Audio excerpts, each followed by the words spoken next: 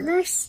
I work here with the community of Mushujacta, building this nursery and the office, and doing a restoration project, ecological restoration project with this community, comprised of 13 families who own more or less 150 hectares of native Amazon rainforest in Ecuador.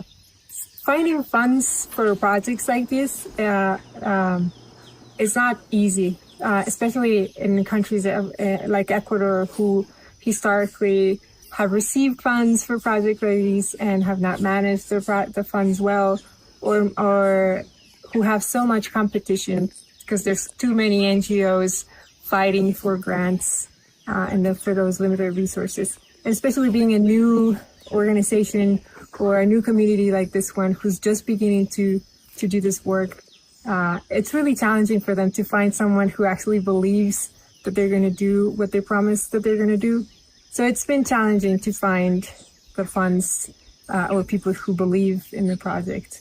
So it's been like little by little finding, making connections and finding the right people, and telling a true story, right? Just doing the work first and then having people to come see what we're doing. After beginning the project and beginning the planting or investing our own time and land, or the community investing their own time and land, Terraformation learned about this project and funded the second stage, I would call it, with the nursery and this whole area and the seed bank that will allow us to systematically find the seeds and store those seeds for later. So in some cases, some trees give seeds once a year or twice a year, or maybe once every 2 years. So it's really hard for communities who are doing restoration to actually have the plants to restore. So by having the seed bank, we can access those seeds systematically every month and plant them here and maybe sell them to bring a little bit more funding to keep to cover for all the administrative costs of running a place like this. Because people need to stop what they were doing before, right? They need to stop farming in a traditional agriculture way to be able to work in a nursery. So they need the funds to pay for their days with the labor. So more funding would mean immense opportunities for this community and for surrounding communities who are closely watching what Mushujacta is doing. And they're interested in what's happening here and all the infrastructure, and they want to know more. So Mushujacta can become a seed that can later expand to all of Rukujacta, which comprises 17 other communities around here that are adjacent to the national park, the Sumaco-Napo Galeras National Park. And deforestation problem here is a big issue, and trees are cut down every day because people need to make a living. They need to send their kids to school, and they need to educate their kids. And that's why they cut their forests, because that's the only thing they have. So funding can turn land management practices around, because it can bring workshops. It can bring new opportunities for commercializing organic products that are sustainably produced in their forest. And it could bring awareness of why this forest needs to be kept alive.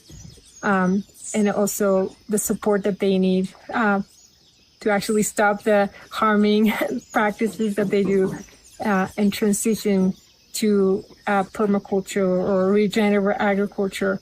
And that takes a few years, because if you plant the fruit tree, it won't give you fruits for 5 years.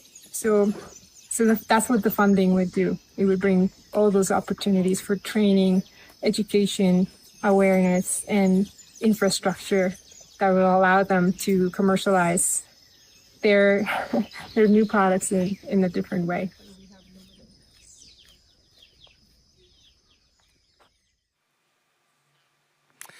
Super. Now we're going to meet a young voice who is already making a big impact in this area herself.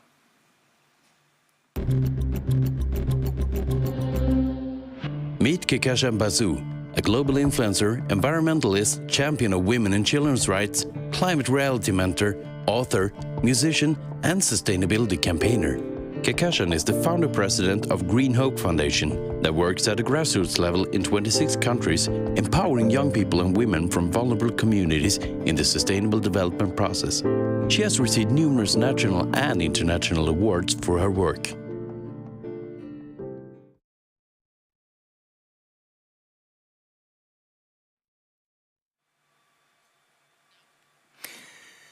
Kekashan, your foundation, Green Hope, has been mobilizing young people in many countries to plant trees. Tell us, the audience worldwide, when did you start? Why did you start? And do you have any idea how many trees you've actually planted? Yeah, first of all, thank you for having me here. Happy Earth Day. And I started my journey when I was 7 years old, when I saw the image of a dead bird with its belly full of plastic and realized that there must be something inherently wrong with our world for such an innocent creature to suffer through so much pain, which inspired me to plant my first tree on my 8th birthday, which is also World Environment Day, 5th June. And that was the beginning of my journey in making our planet cleaner, greener, and empowering children, young people, and women in the sustainability process. And it was when I was 12, when I was one of the youngest delegates at the Rio Plus 20 Earth Summit, that I realized that there was a severe lack of inclusivity of children, young people, and literally anyone who should be involved in the sustainable development process, but they weren't. So I wanted to address that lack of inclusivity, and that is why I founded Green Hope Foundation, to provide this platform of learning that turns into ground level action. And of course, one of our main areas of work is planting indigenous trees, focusing on indigenous fruit trees. And we have planted, I think, 721,000 trees all over the world right now in our 26 countries. Amazing, amazing. I wanted to ask you, planting a tree is about nature, it's about climate change, it's about biodiversity. But is it also about, I think you touched on this really in your answer, it's about educating a new generation of environmentalists as well. And do you think some of the young people you've worked with, some of the children and youth, will tomorrow become the foresters of tomorrow, the business leaders of tomorrow, the environment ministers, or even presidents or prime ministers of tomorrow? I mean, you're planting all kinds of seeds, but some of them are very human seeds as well. Absolutely. Yes, we're planting these seeds of hope, as we like to call it at Green Hope Foundation, where we're really building this environmental stewardship right from childhood, imparting environmental education and education for sustainable development, so that this empathy for people and planet is instilled right from the childhood, and that actually ensures that these children and youth that we work with are able to grow up and become leaders in their own communities, and they've already become leaders, leading change at the ground level. We started 9.5 years ago, and those who joined us when they were 6 years old are now 16 and leading their own projects in our country chapters all over the world. So I definitely believe that the potential to bring about change through civil society, through private sector, through government is definitely there. And by planting these seeds of hope, we are able to create environmental stewards globally. Okay. Well, Kekashan, thank you so much for being with us. You are certainly a leader as well, and congratulations for all the work that you have been doing and that you will do. Thank you very much indeed. Thank you. Bye. Now, let's take a quick look at another great solution in which, can you imagine, liquid clay is used to turn deserts into fertile soils. Ole Christian Sivertsen is the CEO of Desert Control, a partner with We Don't Have Time, and he's going to explain how it works. Our vision is to make the Earth green again by stopping and reversing desertification and soil degradation. And how do we do it? Let me explain. Clay-rich soil retains water and has high resilience to droughts. Mixing clay into the ground, however, is difficult. We therefore invented a process to turn clay into a liquid, nearly as thin as water.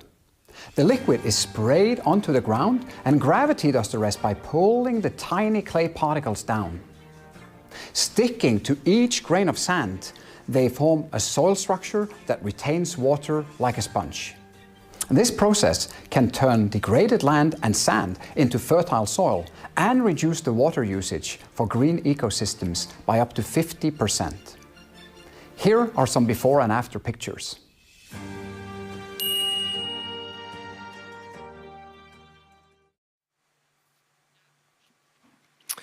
So, let's now turn to the role of botanical gardens and big seed banks and what they do for humanity.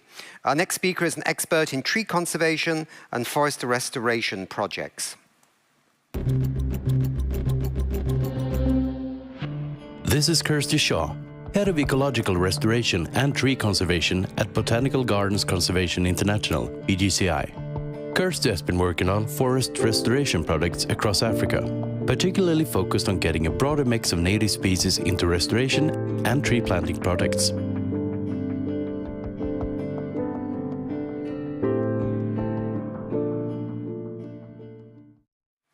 Hi, Kirsty. Kirsty, hello. Hi, you're in Nairobi. Hi. Great to see you. Yeah. Good. Kirsty, first quick question, really. I mean, so people can understand, what is the role of botanical gardens in this 1 trillion tree vision? Okay, so yeah, I think botanic gardens have a huge role to play in terms of tree planting and forest restoration.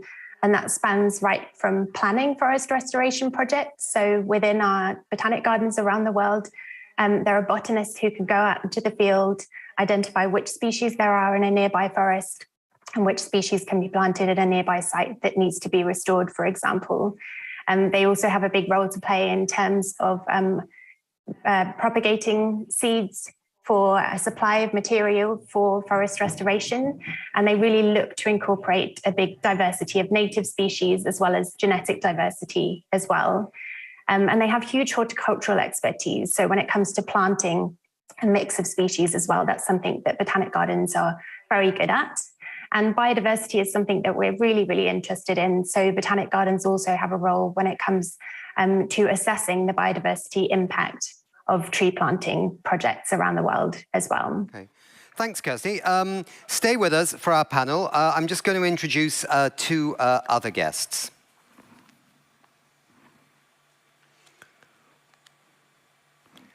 So, we've got Åsmund Årsdahl. He's the Seed Vault Coordinator at the Nordic Genetic Resource Centre. He's a Norwegian horticulturist and ecologist who for the past 25 years has been working with projects on conservation and the use of plant genetic resources on a national and a Nordic level. He's joining us from Grimstad in Norway. Greetings there, Åsmund. And the other guest we have is Dr. Kate Hardwick. She's Conservation Partnership Coordinator at Kew's Millennium Seed Bank at the Royal Botanic Gardens in Kew in Britain. And Kate's job is to basically develop and maintain the Millennium Seed Bank partnerships, projects and networks, particularly in Asia. And yes, she's joining us from the UK. Hello, Kate. So, Åsmund and Kate, the Kew Millennium Seed Bank and the Genetic Vault in Svalbard are really quite special. I think many people know anything about anything have heard of these. Briefly, tell me why they were set up. How do they fit into this story which we've been framing about, ecosystem restoration around the world? How do they fit into the climate change challenge, the UN Decade for Ecosystem Restoration? I've thrown everything but the kitchen sink in there. Who would like to go first, Kate or Åsmund? Ladies first. Ladies first, then. Oh, okay. Okay, well, research at Kew has estimated that 2 in 5 plant species are threatened with extinction. So this is a massive crisis that I think we're all aware of, but it's not obvious what we should do about it. And as a kind of an emergency safety measure, Kew set up over 20 years ago now, when we first became aware of this problem, we established the Millennium Seed Bank Partnership. And this is a global network of seed banks around the world. We have over 260 partners in at least 97 different countries. And we aim to conserve wild plant species in what is effectively a Noah's Ark for plants, so to make sure that they don't go extinct. Osmond, come in there, because I've heard your place described as the Noah's Ark as well. So how many Noah's Arks did Noah have? Do we need many? Yes, because we work with different plant and genetic resources. We are working with the genetic diversity of crop plants. And this is crucial for agriculture and food production. If you think back to the start of civilization and agriculture, you would know that crop plants, as we cultivate them today, they do not exist in the nature, but the genes exist in the nature. And agricultures and farmers have, through the millennia, developed plants. And recent 200 years, scientists have been breeding new plant varieties.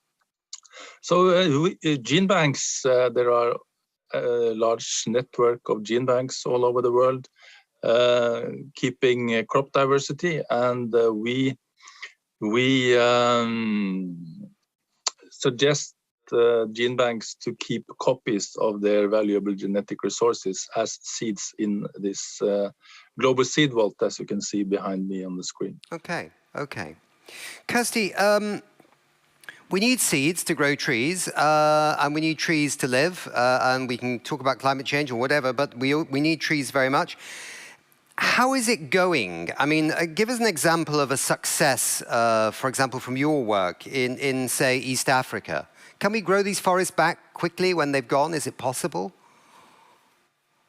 Okay, yeah, so I really believe it is possible, and to be planting back forests that really do focus on capturing carbon and benefiting biodiversity at the same time. So I'll give an example from Brackenhurst Botanic Garden and Forest, which is actually just up the road from here, so just outside of Nairobi in Kenya. And it's in a site that was previously Afro-montane forest, and the area was cleared because it's also a really good area for growing tea. So basically the whole area was cleared, tea plantations everywhere, and the only tree that you could really see was eucalyptus, which is used for drying the tea. So Brackenhurst Botanic Garden and Forest decided to cut down some eucalyptus and restore it to native forest.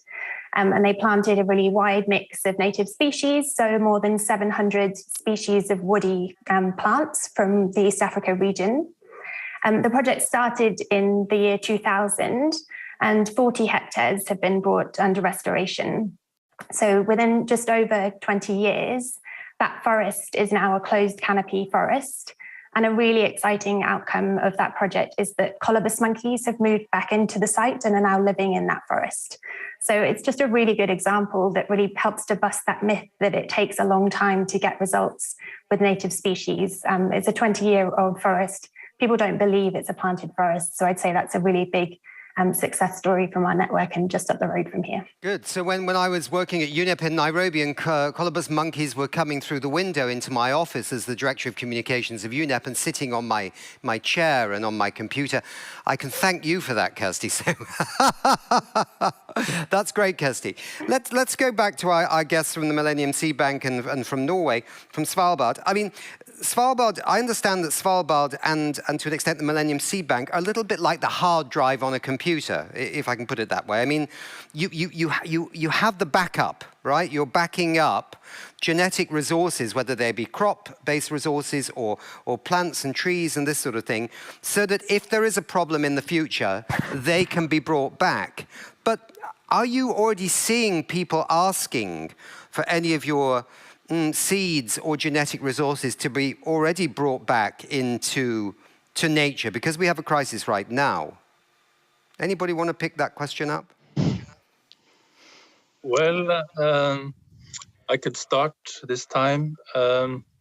Gene banks all over the world, they distribute seeds to farmers, to breeders, to scientists every day. And if gene banks lose their seeds, they can get their deposited copies back from the seed vault. And so far, we luckily experienced just one occasion when a gene bank requested their seeds to be returned. And this was the International Center of Agricultural Research in Dry Areas, ICARDA. They had previously their gene bank and headquarter in Aleppo in Syria, and when the war made this gene bank inaccessible and partly destroyed, they were able to receive their copies deposited in the seed vault and start new gene banks in their units in Lebanon and Morocco. And this is a kind of success story for the seed vault. And luckily, we have just one story of this kind so far. That's fascinating. Fascinating. Kate? Yes, we've got several species in the seed bank that are thought to be extinct in the wild. Examples are Cylindrophyllum hallei, which is a type of cactus from South Africa, Erica turgida, South African heather. And there are also some really nice examples where the seeds have been reintroduced after their populations have been nearly wiped out. One well-known example is Banksia brownii in Australia, where we worked with the partners we banked the seeds and we developed ways to propagate them, and then they've been successfully reintroduced back into the wild. Right. And I think one of the key things about wild seed banks is that we're often growing seeds that have never been banked before and have certainly never been grown or propagated before. And so we develop the germination protocols, and then these can be applied to help reintroduce the species. So thank you very much, guests. It's been lovely to have you on. I hope you saw some early other parts of the show. We're doing a big focus on seeds and trees and land degradation and restoration, and you've been a fantastic contribution to this. We're very grateful, and thank you very much indeed.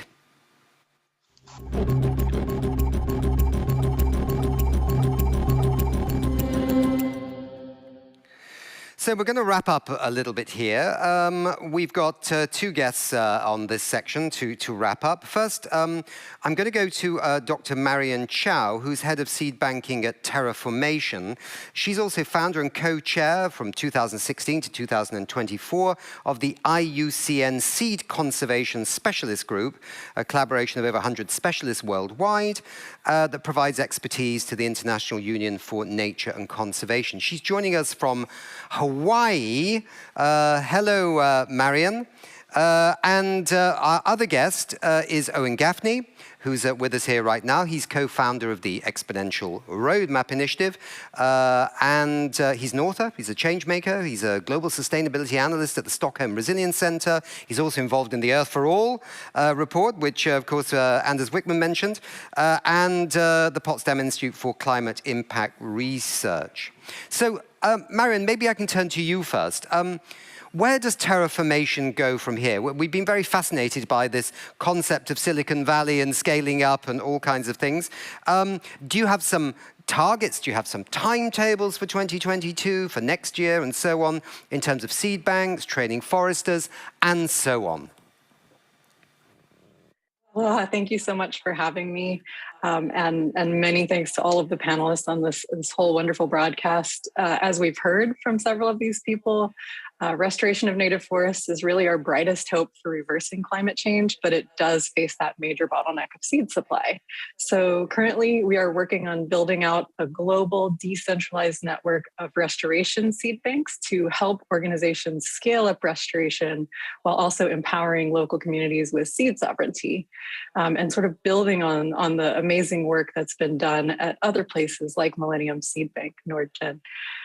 We see that to plant 1 trillion trees, we need at least 3 trillion seeds, maybe more, and we need them to be high quality, viable seeds from diverse native species, not just trees, but the whole forest community. We've calculated that the world needs roughly 100,000 seed banks within the next few years if we want to reach those restoration goals. And so Terraformation is planning to deploy the first 1% of that network. So the first 1,000 seed banks, that's what we're focusing on right now. And what's next for us is to continue amplifying this message that these nature-based solutions really are the key to reversing climate change, and offering the technology and training that will enable these restoration projects to scale up. So we're going to be expanding our training and our training networks. Very soon, we're also going to be sharing some of our findings about the current state of restoration seed banking today with the inaugural edition of our Global Seed Bank Index. So that's something you can watch out for. And then we'll also be taking a deeper dive with some of our partners on May 24th in a webinar on what's needed to scale forest restoration and biodiversity today. And people can join us on We Don't Have Time. Fantastic. You know, I mean, I've spent my life in the environment in various capacities, and I'd never really thought about this bottleneck of seeds. To me, it was just like, oh, there were seeds everywhere. I had no idea that this was actually a very crucial issue. So I've learned something today, and thank you very much to you, Marion, and to Terraformation. Let me turn to Owen, who maybe gets the last voice here. We know the Paris Climate Change Agreement and many other things are not going to be met if we work against nature. We have to work for nature. We'll cross planetary boundaries. Give us your perspective, perhaps even from the Earth for All report, on the importance of what we've heard of today. Well, I mean, it's absolutely critically important. It's really exciting to hear some of the perspectives here. It's really exciting to hear the ideas, you know, of applying some of the Silicon Valley thinking on scaling these solutions, these nature-based solutions to the problem, because that we really know that they're tried and tested. They're ready to go, but it's all in the scaling that needs to happen. And really, you know, for that 1.5 degree target, we're not going to get it without nature. It needs the combined efforts of massively reducing emissions, halving every decade, and massively ramping up carbon storage in agriculture and in natural ecosystems and stabilizing those ecosystems. That's the absolute crucial bottom line for 1.5 degrees. Right. Thank you, Marion, for being on and being our wrap-up person. And thank you, Owen, as well. Owen, you stay on the stage because you're taking on the next segment too. So thank you very much indeed. And we go to our next segment.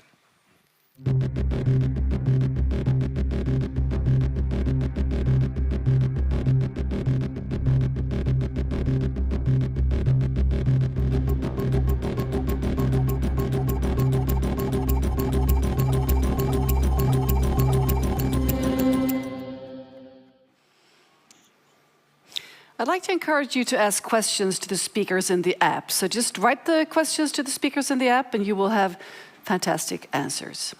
So Owen Gaffney, co-founder of Exponential Roadmap Initiative, you have the floor for a keynote.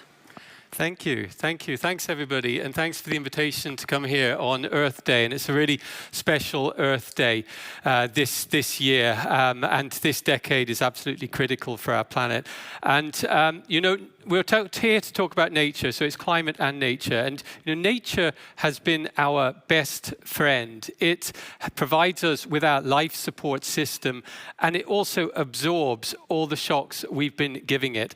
And it's been doing this decade after decade after decade after decade. But how long can we rely on that resilience, the resilience of that system to absorb those shocks? And we can see that we're now pushing against the limits. And it's been mentioned here already today, you know, the planetary boundaries framework, which came from the Stockholm Resilience Center, identifying the 9 boundaries that keep our planet in a stable state and have kept that planet in a stable state for 10,000 years since the dawn of civilization. But we can also say with scientific certainty that we've crossed 5 of those boundaries. And the obvious one is climate change, and we can see the impacts all around us. But we've also crossed boundaries related to biodiversity, related to our use of fertilizers, biogeochemical cycles, related to chemical pollution and our use of plastics, and related to deforestation and land use. And all these boundaries are connected, which is why you know, we need to address all of them together, which is why we need to be nature positive by 2030. We need to halt and reverse the loss of nature by 2030, as well as dealing with climate. So really, to get to this, to get to the 1.5 degree goal, if in the Paris Agreement, we need a mission for 2030, and that's really about halving emissions of greenhouse gases, halving them, cutting them 50% by this decade. But also, it's more than that. We also have to halt the loss of nature, and we have to turn agriculture from a source of emissions, currently around a quarter of emissions, to a sink, to a store of emissions. So those three things in order to meet the Paris Agreement. And why is that so? So we have here a graph of global emissions, over the last 100 or so years. And we can see, obviously, the exponential rise in emissions at the top from fossil fuel use and from land use. But down at the bottom, then, we can see where these emissions went. And in blue, we can see that around half of the emissions stayed in the atmosphere. But around half, this green, the dark green and the light green, were absorbed by the ocean and by land. So we have about 20% stored by the ocean and about 30% by land. So they really are our best friend, and we need to protect them. And as I say, they're growing less stable. They're becoming less efficient at carbon storage. And the biggest example of this, really, we can see in the Amazon. And this has been a shock for the research community over the last few years, where we can measure the carbon being stored in the soil and in the forests there. And in an ideal situation, we have more and more carbon stored in the Amazon. But in the last decade, the carbon in the Amazon has actually been, it's turned into a source of carbon. It's been emitting more carbon for the last 10 years than it has been storing. And this is a big, big shock. So all the ecosystems on Earth, we need to put every effort into stabilizing these and turning them back into to sinks as fast as possible. So this is a critical message for humanity. And in fact, the latest Intergovernmental Panel on Climate Change report has said we need to conserve about 30 to 50% of Earth's land, fresh water, and ocean. So we're already using 50% of the land surface. We're using about an area the size of South America to grow crops, and we're using an area around the size of Africa for our livestock. So we're already taking up that 50%, and we can go no further, and we have to start conserving the rest as a matter of urgency. So the Intergovernmental Panel on Climate Change concludes that when it comes to land use, what is the potential there for storing carbon and for protecting these resources? And land use can provide large-scale emissions reductions. We can get about 10 billion tons of carbon stored in land, carbon dioxide stored in land. And we can also use land to remove and store CO2 at scale. Another 10 billion or so tons of CO2. So around, 25-30% of current emissions of greenhouse gases could potentially be stored in land if everything, if all other action is pushed forward. So what does that mean? It means protecting and restoring natural ecosystems to remove the carbon. This, as we've heard earlier, it means reforestation, it means afforestation, but it also means protecting peatlands and coastal wetlands. It means protecting savannas and grasslands too. But we must be very, very careful about competing demands. If we're storing all this carbon, we also need to supply food for a growing population, currently at 8 billion, growing to 9 billion, potentially 10 billion people.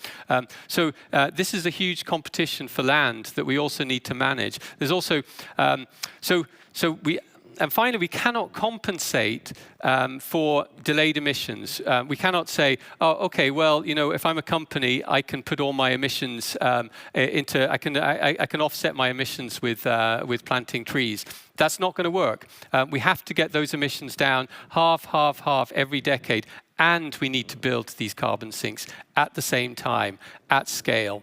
So finally, emissions. Our mission for 2030 is to cut emissions by 50% of greenhouse gas emissions. We need to halt the loss of nature, and we need to turn our agriculture from a source of carbon into a huge sink of carbon. And we'll be publishing the first exponential roadmap on land use in May this year at the World Economic Forum. So thank you very much. Thank you very much, Owen Gaffney, and we're looking forward to reading your report in May. Thank you.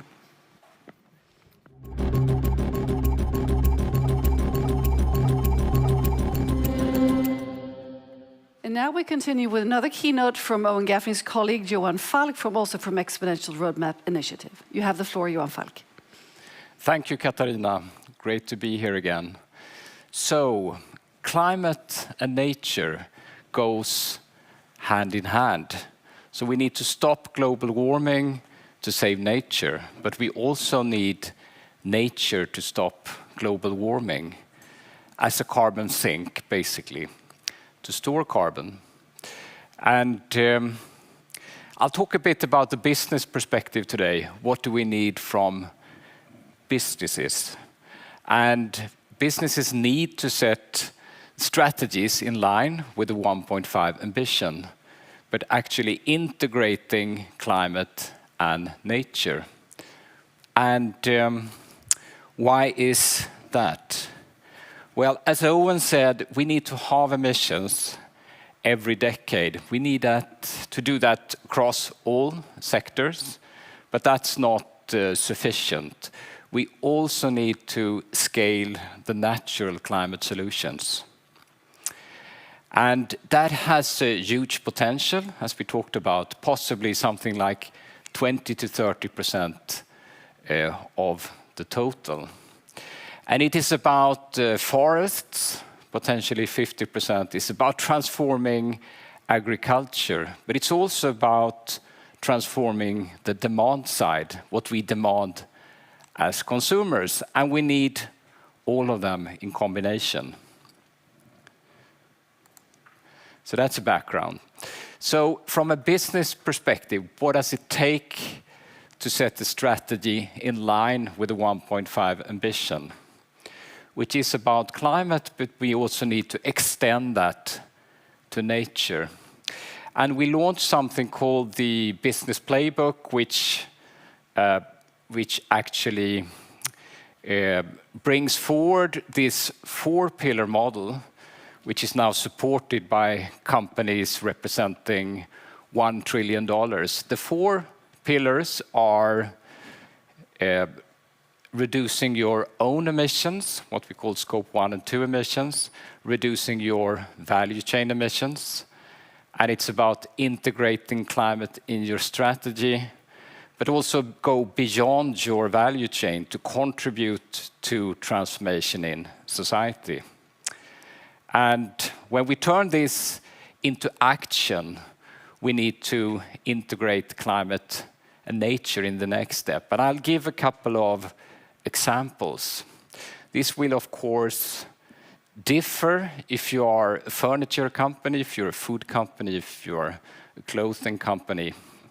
It will look slightly different, but all companies touching nature need to set performance indicators for nature as well. And starting with the value chain, which basically has 2 sides to it, the supply side and the customer side. So what can you do as a company on the supply side? The first part is asking your suppliers to halve emissions by latest 2030. That is something Ericsson is doing very successfully and something we will scale globally. It's about to secure zero deforestation. It's about driving towards sustainable forestry and sustainable agriculture, actually building biodiversity and building the carbon sinks in your supply chains. Of course, applying recirculated material. Just as important is the customer side. We need to prolong the lifetime of all types of products, not at least garments. We need to make them repairable. We need to make them recyclable. For a good food company, we need to shift towards plant-rich food. We need to start eliminating the food waste. So these are very concrete actions that companies can build into their performance indicator. But it's not just about reducing emissions. It's also about integrating climate and nature in our vision and mission statement as a company. And it's about ensuring that our business model as a company is aligned with the 1.5 ambition. We need to shift towards circular models from linear models, which is destructive for nature. But companies also have an incredibly important role to enable sustainable lifestyles which is within the planetary boundaries, based on their influencing capability. Finally, the fourth pillar. We heard that we need exponential investments in protection and restoration of nature. So we really encourage all companies to invest in protection, restoration of nature beyond the value chain, which should be done in high-quality projects, of course. But we should move away from the idea of offsets. It's not about offsets. We need to cut our emissions according to the carbon law. We need to make these investments on top to protect nature.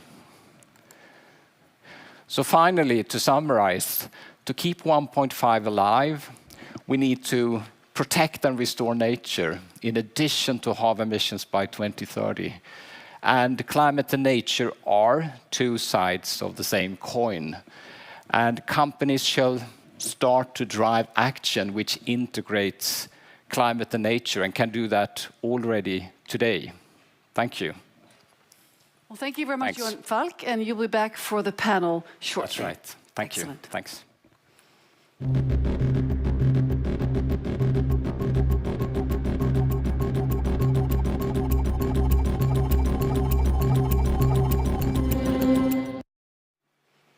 And now, from the world of entertainment and education, we have with us Emma Stewart. She's PhD, and she is Netflix first sustainability officer.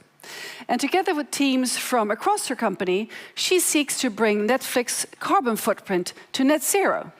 And she also works to raise environmental awareness through film and television series and spur conversation on climate action among the hundreds of millions of members Netflix has in 190 countries. So a warm welcome to Emma Stewart. You have the floor, and you should be with us here. There you are. You have the floor for a keynote. Wonderful, thank you, and greetings from California. Happy Earth Day, happy Earth Month, and hopefully happy Earth Year to everyone. I have the pleasure of serving as our first sustainability officer, which as a company puts us slightly behind our peers, but we like to think that we're catching up with speed and ambition. And some evidence of that is a set of public targets that very much mirror what Exponential Roadmap recommends. So what we have done operationally is committed to something we call net zero plus nature. This is a combination of a science-driven internal carbon reduction target plus the power of nature to stabilize the climate. In other words, we've put our internal emissions reductions on a third-party verified 1.5 degrees Celsius pathway. And we've also invested in external projects around the world that retain and remove carbon from the atmosphere, in particular protecting forests above and below water, some of which hopefully you then see on your Netflix service. Indeed, one of the beauties of my job is I get to remain steeped in the ecological and climate science with my left brain, while my right brain spends time supporting creatives like film writers and screenwriters. Indeed, we need both.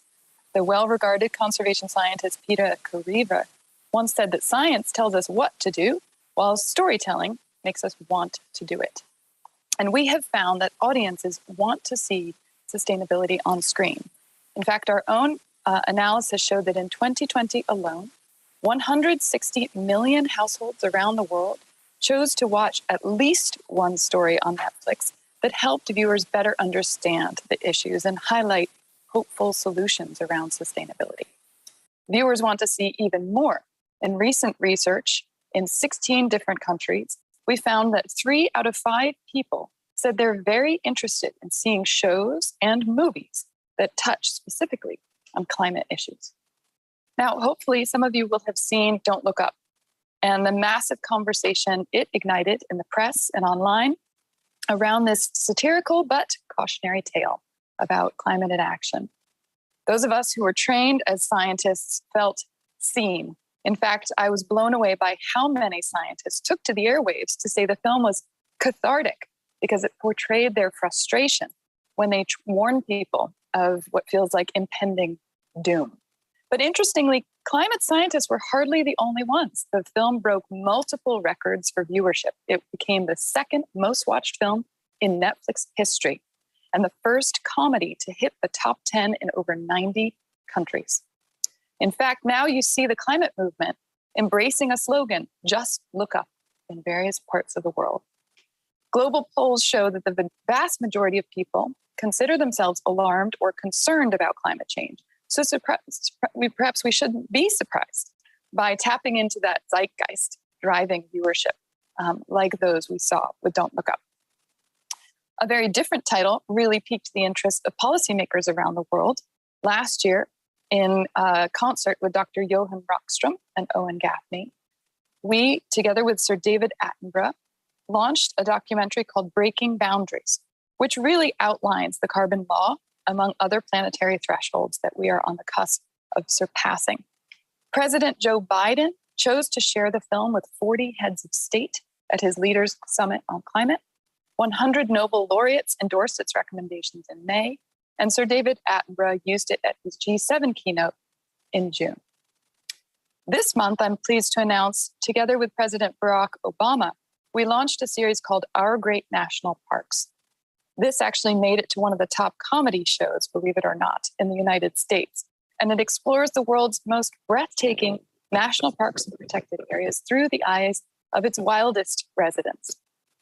Together with the filmmakers and a number of NGOs, we created wildforall.org, which supports audiences who want to then protect these wild places, including making their voices heard for 30 by 30. The goal in many countries now to protect at least 30% of terrestrial habitats by the year 2030. And lastly, we've curated into an Earth collection over 170 television series, films, and specials into a collection we call One World, Infinite Wonder.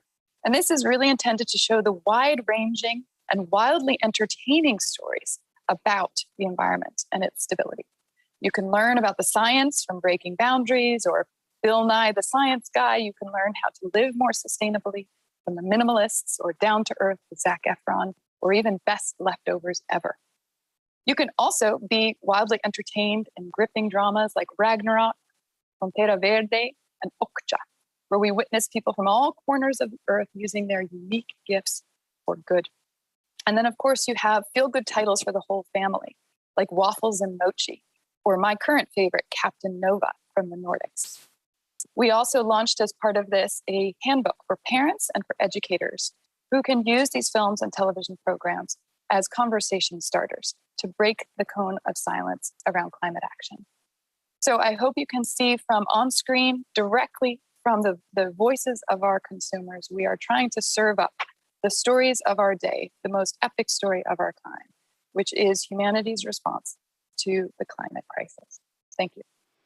Wonderful, Emma Stewart. And you are, just like We Don't Have Time, tapping into the power of the many with your work. And it's fabulous, really, to see what all the work you do at Netflix in this field. Thank you. And stay on for the panel.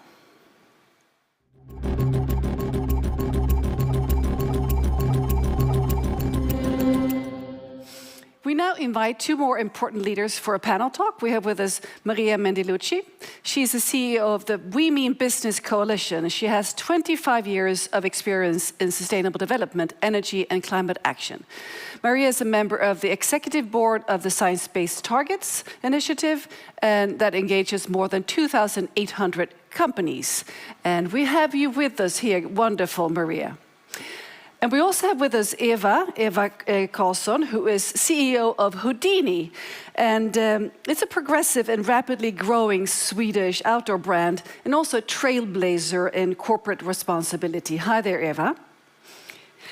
Hi. And since 2001, Eva's been together with a team of like-minded. She's been redesigning business to become force for good, providing circular products and products as a service as solutions, products as a service as a solution. So welcome to you, Eva Karlsson. And I'd like to start with Maria Mendelucci. There's been a risk of greenwashing by using offsets. Let's talk about this. We need to accelerate investments in nature. How can this be achieved without risking the greenwashing? Thank you. Thank you very much for having me with you. The overarching issue is that we don't have adequate rules and guidelines to regulate both supply and demand side requirements for carbon markets. This makes it very difficult to differentiate between what Netflix is doing, buying high-quality nature-based credits on top of its decarbonization efforts, and what many, for example, oil and gas companies are doing, buying cheap credits while increasing fossil fuel production. And this needs to change. So to start, we need to establish consensus around the rules for demand-side credibility, helping ensure investment strengthen rather than undermine global action towards achieving the goals of the Paris Agreement. We have been working with the Voluntary Carbon Market Initiative, BCMI, to help set these rules and think that for companies to credibly engage in carbon markets, they should meet certain minimum criteria, and this includes have a science-based target, be taking action towards meeting that science-based target. That's it. Reduce emissions, annually disclose those emissions across all scopes, report or commit to report on carbon market investments separately from their GHG inventory and transparently disclose the credits that have been purchased. On the supply side, we need to get bad credits out of the market and ensure we have more integrity in the credits that are used. This should address technical considerations such as additionality, permanence, leakage, double counting, and conservative baselines. But it is also important for nature-based credits to provide co-benefits for the biodiversity and sustainable livelihoods. These are the issues that the Natural Climate Solution Alliance works on, and that is also being tackled through the Integrity Council for Voluntary Carbon Markets, which is called ICVCM. Yeah, thank you. So Maria, do we need a new narrative for this? What you're mentioning here, do we need a new narrative for people to really grasp and understand the need for action here? And the differences? Absolutely. We believe a new narrative is needed for corporate leadership on climate and nature, and this leadership recognizes the big picture. Companies not only need to reduce their own emissions, aligned with science, but also they have the imperative to contribute towards the world net zero and nature positive goals. Mm-hmm. So we know we won't meet our global climate goals without ending nature loss by 2030, like Emma has said. And we won't end nature loss by 2030 without companies significantly increasing their investment both within and beyond their value chains. So we believe the new narrative is very simple. We think that every company should address at a minimum of 10% of their unabated emissions through investment in nature on a pathway to net zero. So this is, they need to decarbonize their emissions by 90%. This is what the net zero standard says. And the 10% remaining, which are unabated emissions on average, should be invested in nature now, not in 2050. Thank you, Maria. Speaking of narrative, I'm turning now to Eva. Do we need, why is it really important with narratives for companies to be involved and to sort of tell the story of sustainable lifestyles? Well, I think the positive energy that comes from moving towards a common narrative or a common vision, rather than reducing harm or becoming slightly less bad, towards restoring the planet and create thriving societies and local communities. I think that is the compelling story that we can tell, and we need to tell that. And I truly believe it will accelerate the shift that we need within this decade, or even within only a few years. So, in every part of society, to bring that positive narrative, and then I think it's about a positive narrative, but also being uncompromisingly honest with where we are now. As a company, I need to acknowledge that we are still on the wrong side of history, being degenerative. Even though we worked since 2001 towards in the transformation towards circular and regenerative, we're still, in some sense, on the wrong side, so to speak. It takes massive efforts, but there's also it's also the fact that nowadays most of the technologies we have for the apparel industry. I'm from an apparel brand that has managed to transform from linear to circular. Not only production, for sure, circular by design, but also looking at use and creating that narrative of how we can have a thriving way of life. It's not about a narrative where we're going to compromise with everything in our lives. It doesn't have to be that way. We can create fantastic products that are circular. We can have fantastic ways of life without flying across the globe. So bringing that to the audience or to every user that we have, and collaborating with others to expand that narrative across the industries and so forth is important. Thank you very much, Eva Karlsson from Houdini. I'm turning now to Emma Stewart. As you mentioned, Netflix has produced a number of fantastic films. Recently, the blockbuster Don't Look Up. How do you regard your responsibility to act on climate from your platform? Well, as a global citizen in the world, we have a responsibility to align our own operations with the direction that science tells us is necessary to stabilize the climate and also, by extension, the economy, which we operate within. So hence our Net Zero Plus Nature program. As Maria mentioned, we go well out of our way to scour the world for the highest quality carbon credits, which we purchase above and beyond our science-based target for decarbonization, which we are on track to meet by 2030. But to do so requires 5 different screens and diligence processes that entail the review of over 100 million metric tons of carbon credits from 30 different countries. Many companies don't have the resources or, in some cases, the technical expertise in-house to do that sort of review. So we count ourselves very lucky and, in fact, have tried to be very transparent with our work such that others can benefit from those exercises. So if you go to our sustainability.netflix.com website, for example, you can find a full list of the carbon credits we have purchased from around the world, but also the 5 steps that we put every project through in order to determine that they are indeed the highest quality nature-based solutions. I like to describe that work as having a nice glass of wine, but you discover that, in fact, there's a hole in the bottom of the wine glass. That's what we're currently doing today, is we're pouring money into efforts like carbon removal without protecting existing carbon sinks and stocks. We are literally destroying the ecosystems that have for millennia stabilized the climate while experimenting with technological solutions that will be necessary, no question.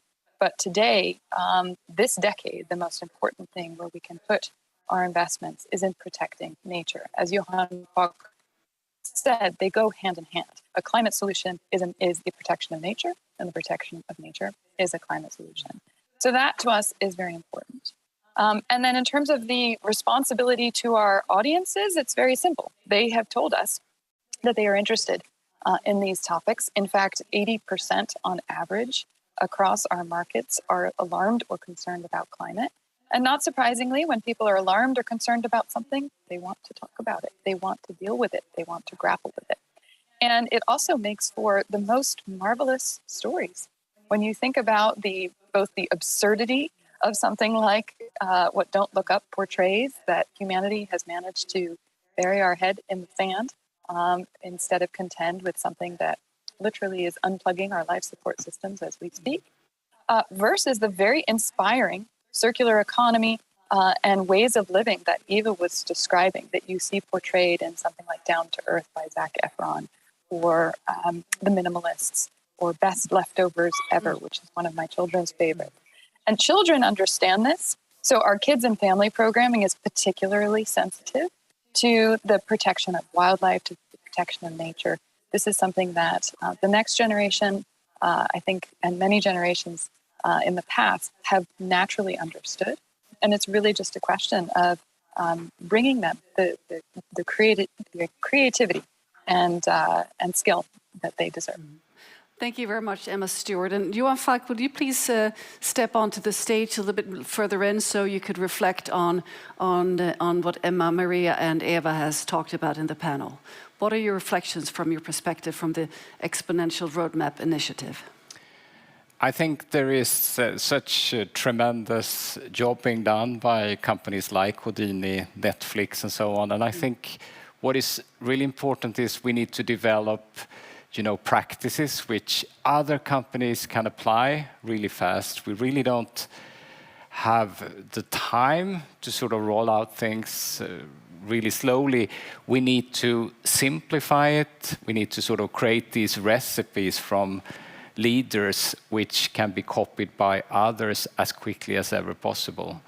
So we can't afford to take like 5 years and overcomplicate things. So we need to simplify things, make it sharp. We need to scale it exponentially. And I think with leaders like we here today, we need to do that together. So that's one of our tasks as well to do together with Women in Business and other organizations to help that type of scaling of best practices. Thank you very much, Johan. Let's turn now to our hubs. I'm not sure if it's Nairobi or Washington that will be connecting with us now to see if they have any reflections they'd like to share from their end. See if we can get... Let's see what we can have. Let's see here. We have Kenya. We have Shutta. I see them joining us here. So I'd like to turn to Shutta in Washington, D.C. first. Reflections on the presentations and also the panel talk here from your end, Shutta Chakraborty. Yes, thank you. This was a wonderful panel, and it's really interesting to hear how companies are making the effort to reach diverse audiences. Right here on the Zoom call, we are tuning into Washington, D.C., Europe, and Africa, and to be able to reach a broad base and to actually give information to these audiences that are actionable so that the information resonates in a way that results in actual steps to be taken by individuals so that they can better safeguard themselves, their communities, and really contribute to climate solutions. That's what these companies are doing. And I especially am interested in the engagement that companies like Netflix are doing with other stakeholders outside of the traditional climate community. So not just your scientists, not just your regulators and those that are in policymaking positions, but also celebrities, also influencers, to really reach that widest audience possible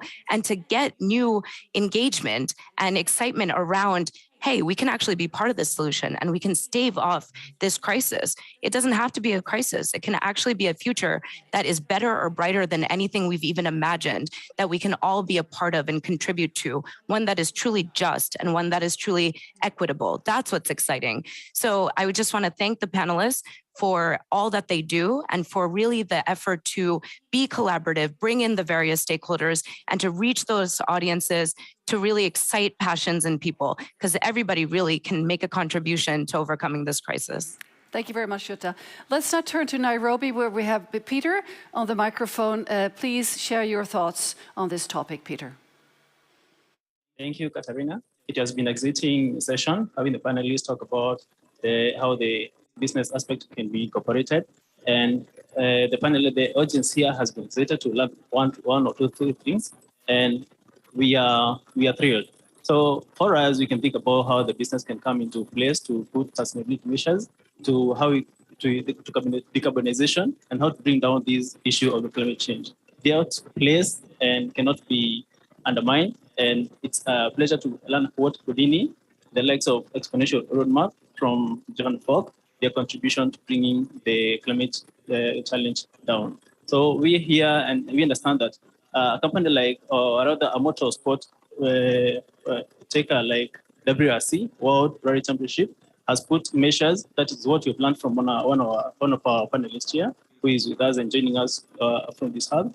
that we can have measures put in place to bringing the sustainability measures. And in that way, for them, they do by planting trees. They are planning to plant at least 90 million trees with a combination or with the place of the government and other stakeholders. And so that is commendable and that is great. So we are thrilled, and that is great for the panelists. Looking forward to the next session to learn more from it. Thank you, Katarina. Well, thank you very much, Peter from Nairobi. And thank you very much, Emma Stewart, Maria Mendelucci, Eva Karlsson, and Shota from Washington. And Johan Falk, of course. Thank you. Thank you.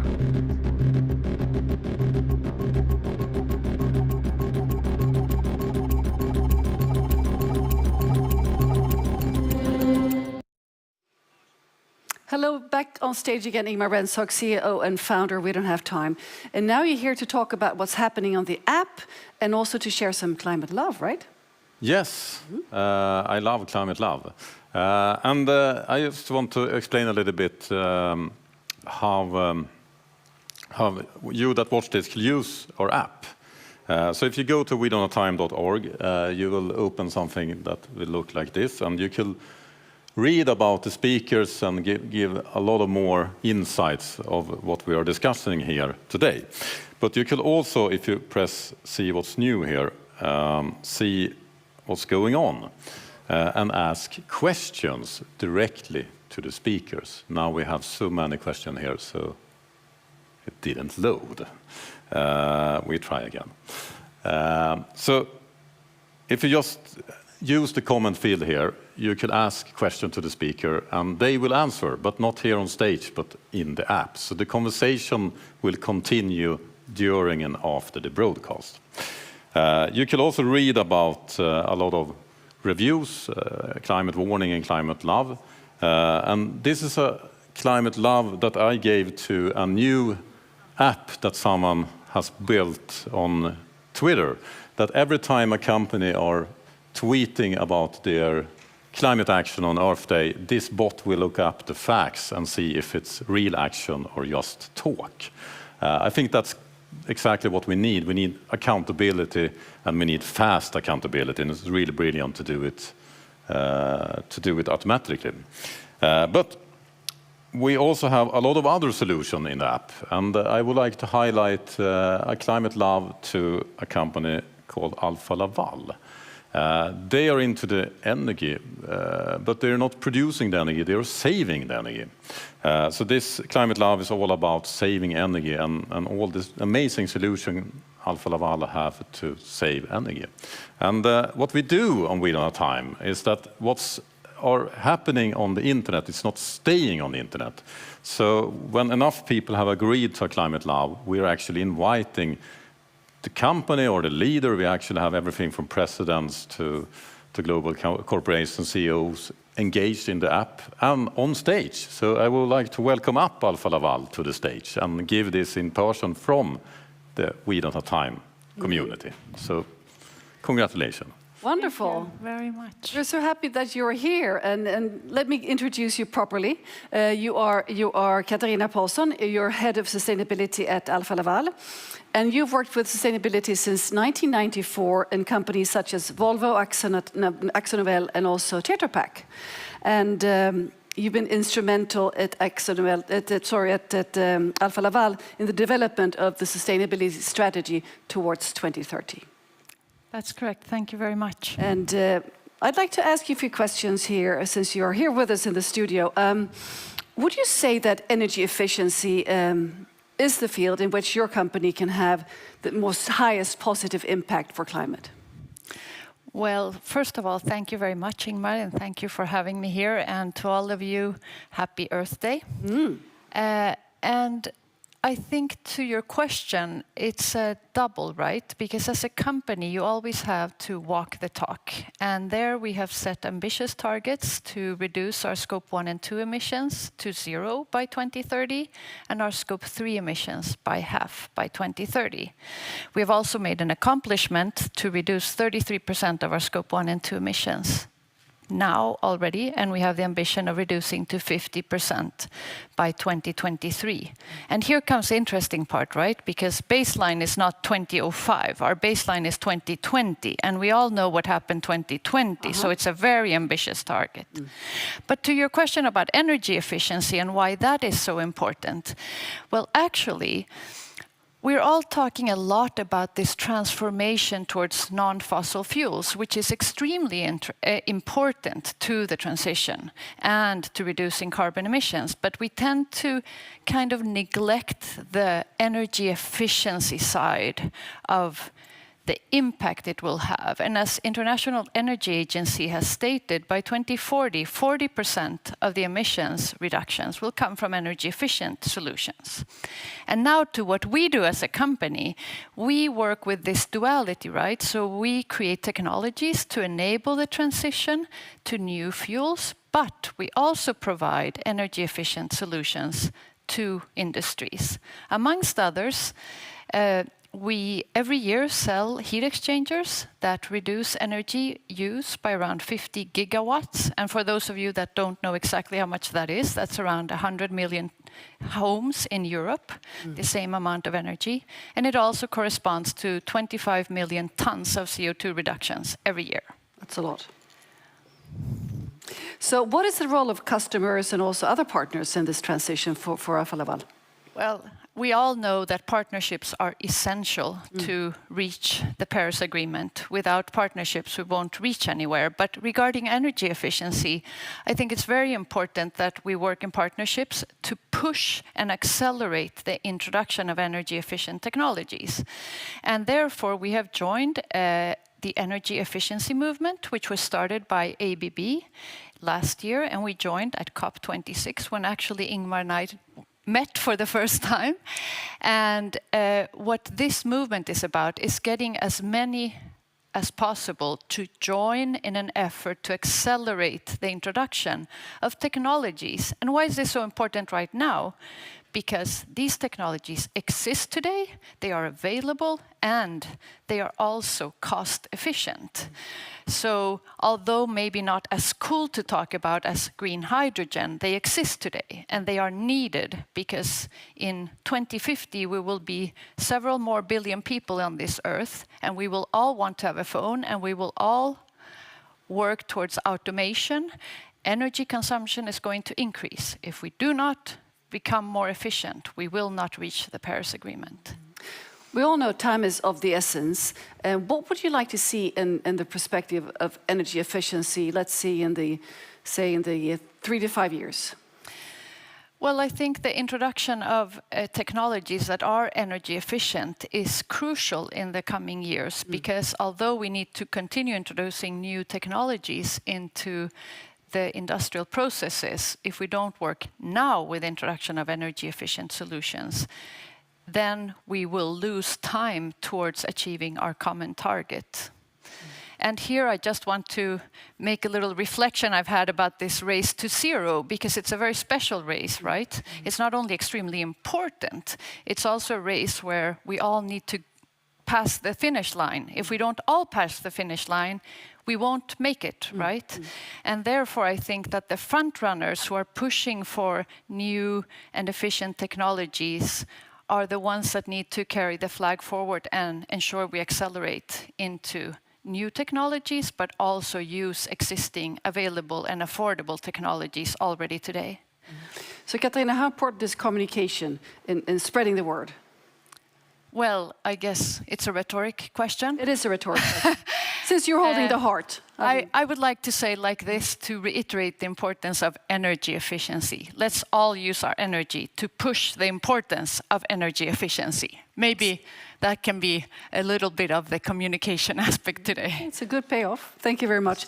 And Ingmar, when you hear Katarina, is this your reflections? Is this the way that companies need to go? Absolutely, and I'm not talking about saving energy. That's Alfa Laval solution. A lot of companies have different solutions, have different focus, can do different things. We need a lot of solutions. But what I like at most what Alfa Laval is doing, and many other companies that we are here today, and also our partners for this broadcast, is that they have realized one thing, and that is we will not solve the climate crisis if we win. We will only solve the climate crisis if everyone wins. And the only way to do that is to act yourself. That's true if you're an individual and if you're a big global corporation. You need to act and you need to communicate that, influence, inspire, engage others to do the same. If we only focus on our own action, it will not be enough. But if you do the action, you must also communicate the action. That is how we win the race to zero. That is how we save this planet. And I would like everyone to take that home after this broadcast. To every time you see something, every time you see someone doing something good, help them to communicate. You don't need to talk about you. You can talk about others. And we have an app for that. So you can use that, or just go out and talk to your neighbor. It's also important to talk to people in real life, not just on social media. So communications is key. And congratulations, Katarina, on the climate love. And thank you very much, Ingmar Bentzog. And now we move on to the next segment. Thank you very much.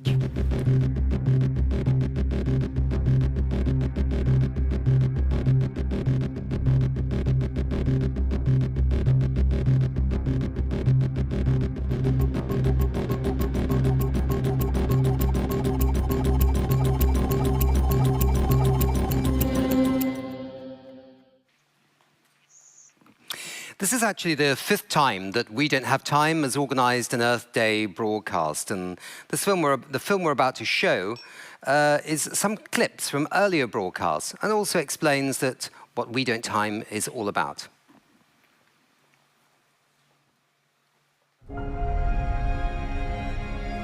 We believe by rewarding climate solutions and warning all the polluters, we will make it profitable to save our planet and super expensive to destroy it. We must now zoom in on the quality and the implementation of plans, on measuring and analyzing, on reporting, transparency and accountability. We want to be better, and that's why we are open for climate dialogue. We want to know what you think, and so that we can improve. Let's give climate love to those that have the solutions. And let's send climate warning to those that needs to change. I invested in We Don't Have Time because I actually agree, we don't have time. We're trying to reduce CO2 collectively. If we don't act urgently and quickly, catching up later won't work. The drive to net zero is the growth story of the 21st century. We had about $350 billion of direct subsidies and tax expenditures, tax breaks given to fossil fuels. Have such an enormous mobilization of business, finance, civil society, and science all gathered here. We have halved our own emissions between 2012 and 2017 and are now at the 70% reduction. SSAB has decided to be the first steel company in the world to offer fossil-free steel to the market in just a few years. There's lack of clarity and it just feeds greenwashing and delays meaningful action. We just have to go quickly. We have the technology. We don't have to develop technology. We're going to create this huge wealth transfer from energy producers who represent a tiny minority of people to energy consumers who represent all people. We are in a climate emergency and we are very far from where we need to be. Get ahead of the curve or you're going to lose. I was able to attend one demonstration that kicked off at Kelvin Grove all the way to George Square, and we had a lot of activists. What I feel that I can bring is a young audience that maybe doesn't know what to think about climate change. What is happening here, negotiating, it's so wrong from our perspective. You don't put a price on your mother. Now, personally, I don't believe the fossil fuel industry should continue to be allowed to operate the way it's been operating for the last several decades. We want to bring a voice to all the new solutions, the new ideas, the new entrepreneurs who are out there trying to kind of make a break and create this new climate economy. They're setting a great example, and there's lots of other big businesses that should follow their example. I really want to urge everybody just to be thinking more about land use and not just electrifying vehicles to, maintain the environment that got us here today. They want to ban the word burgers, sausages, and steaks from being used on vegan and vegetarian products. Tell them what they do so that they will be encouraged to do more. And together with the community or users, we share this to millions of people on social media, so this is getting noticed. Let's bring in Shweta Chakrabarty tonight, risk and behavioral scientist and president of U.S. operations for We Don't Have Time. As the name says, we don't have time. ستوكهولم مؤسس منظمة ليس لدينا الوقت. We don't have time. السيد إنغمار رونسبورغ. Joining us for more as We Don't Have Time's Nick Nuttall. Nick, welcome to the program. And Nick, about this counter, speaking of numbers. This is a clock that shows you how much money has been spent on fossil fuel subsidies since the beginning of the COP. We have a climate crisis and we're still subsidizing the industry which is causing the crisis. I mean, it's completely dumb. I'm a finance guy, it makes no sense whatsoever. $2.5 trillion went into subsidies for fossil fuel. That's a definition of insanity. Still, this is a positive. It's the first COP decision that actually mentions coal power or fossil fuel subsidies. We need to communicate climate action. Because if only a few people or a few companies are doing climate action without communicating it to others, we will not solve the climate crisis.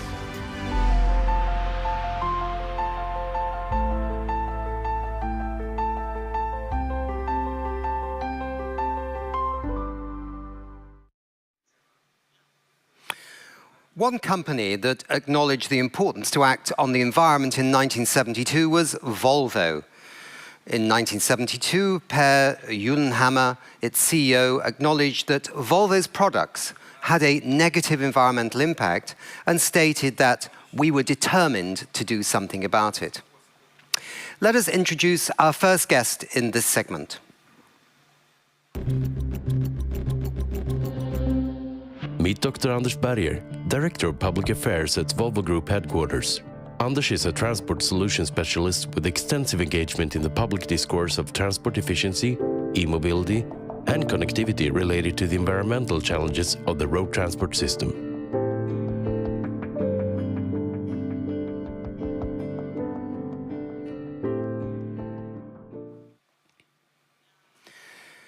Anders, it's great to have you here on the show. You have the floor. Thank you. Since 1970, Earth Day has been celebrated by billions of people around the globe, promoting awareness and health of our environment. On April 22nd, 1970, a little later, 20 million Americans were inspired to take to the streets, parks, and auditoriums to call for a healthy, sustainable Earth. Because of those national rallies, the first Earth Day helped to create the United States Environmental Protection Agency and later led to the introduction of new environmental laws such as the Clean Air, Clean Water and Endangered Species Acts.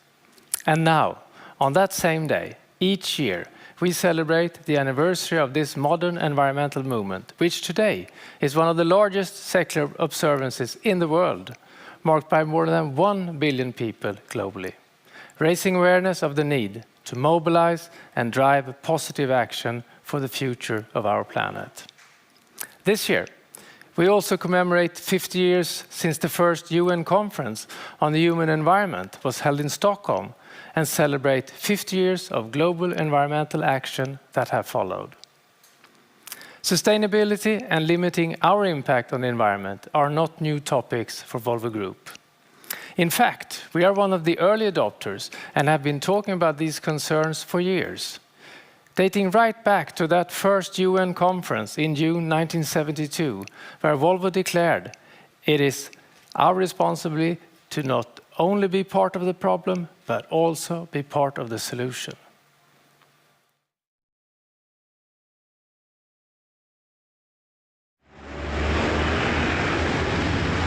A worse threat is that practically all forms of transportation also pollute the air with exhaust gases.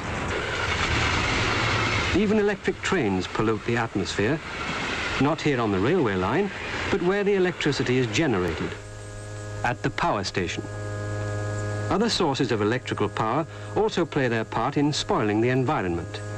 Dams and artificial lakes radically affect nature. We must face the facts. All forms of transportation affect the environment.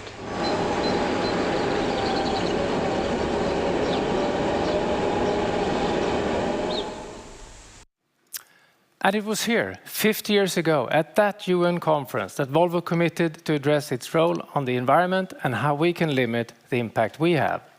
Since then, environmental care has been one of our core values and a fundamental part of our ambition as we strive towards more sustainable transport and infrastructure solutions. And we have made great progress, reducing the emissions of air pollutants from our trucks by up to 90% and decreasing fuel consumption and CO2 emissions by 40%. But demand for transport is increasing, driven by population growth, urbanization, and increasing e-commerce. So we must meet this demand with transport and infrastructure solutions that are more sustainable. And we are confident that our trucks, services, and operations will lead the way there. For us, environmental care is about so much more than just clean air. It's about using resources responsibly and about strategies for environmentally sound and cost-efficient infrastructure. Ultimately, allowing us to provide clean, silent, and efficient transport solutions that offer entirely new possibilities for modern societal development. But as well as talking, we have also been delivering tangible improvements to our operations and supply chains, as well as to the products and services we produce. So, you could ask, how are we leading the change? It's clear from COP26 that we need to go further and faster to deliver change. And remember, this is the decade of action. So what is Volvo Group doing? In 2021, we committed to ambitious science-based targets that will see us reach net zero greenhouse gas emissions already by 2040, 10 years earlier than the SBTi commitment of 2050. The pace of change is important, and we have set ambitious milestones along the way to help us meet our commitments. Most logistic companies see electrification as the route toward decarbonization of the industry. Most organizations have put their foot firmly in one camp, be it battery electric or fuel cell electric. And the two are too often actually portrayed as competitors. At Volvo Group, we see things a little differently. We believe the right way is a three-pronged approach to zero greenhouse gas emissions. Battery electric combined with fuel cell electric running on green hydrogen, and to a limited extent, internal combustion engine running on biofuels. Battery electric trucks are the ideal solution for shorter medium-range applications, such as local distribution, refuse collection, regional haulage, where the vehicle often returns to a fixed depot for recharging. And we have already battery-powered trucks operating in urban areas around the globe. But for heavy-duty and long-haul transport, batteries will be challenging due to limited driving range and battery weight limiting the payload. In addition, if the truck doesn't return to a depot at the end of the day, charging can become a challenge. This is where hydrogen fuel cells come in. Fuel cell trucks make their own electricity on board from stored hydrogen and have longer driving ranges, shorter refueling times, and less payload penalty. But of course, our biggest challenge is emissions from our products, which is why we focus on electromobility. It's also here we can really make an impact and help other businesses that utilize transport in their value chains. But we also need to look at the impact of our manufacturing and how we improve our value chain, the circular economy. This is already part of the initial product development and design process. In our newest business area within Volvo Group, Volvo Energy, We, together with partners, are exploring and developing new charging solutions for batteries during their first life. And we are looking also at how we can give used batteries a second life in different applications, often outside the transport industry, such as for storing solar power in apartment complexes.